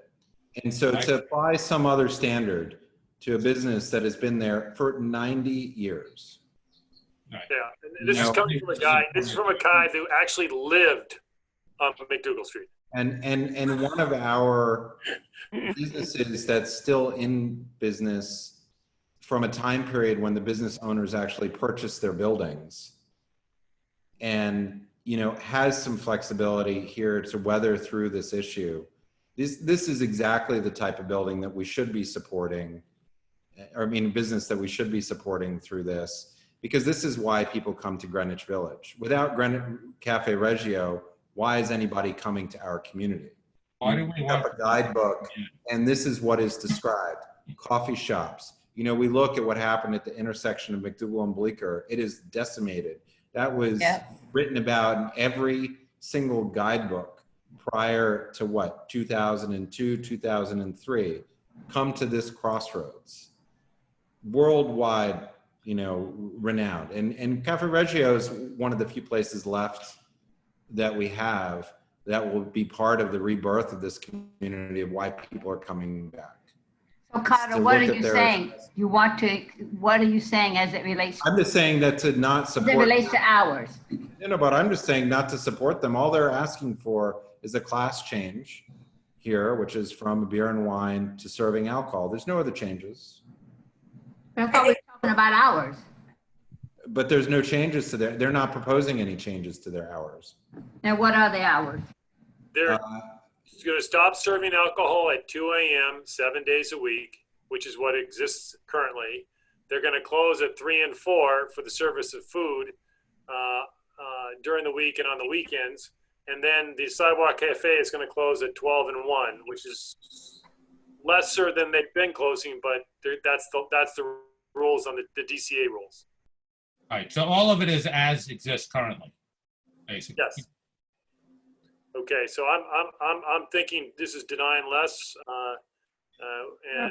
What does Cafe Rothstein say?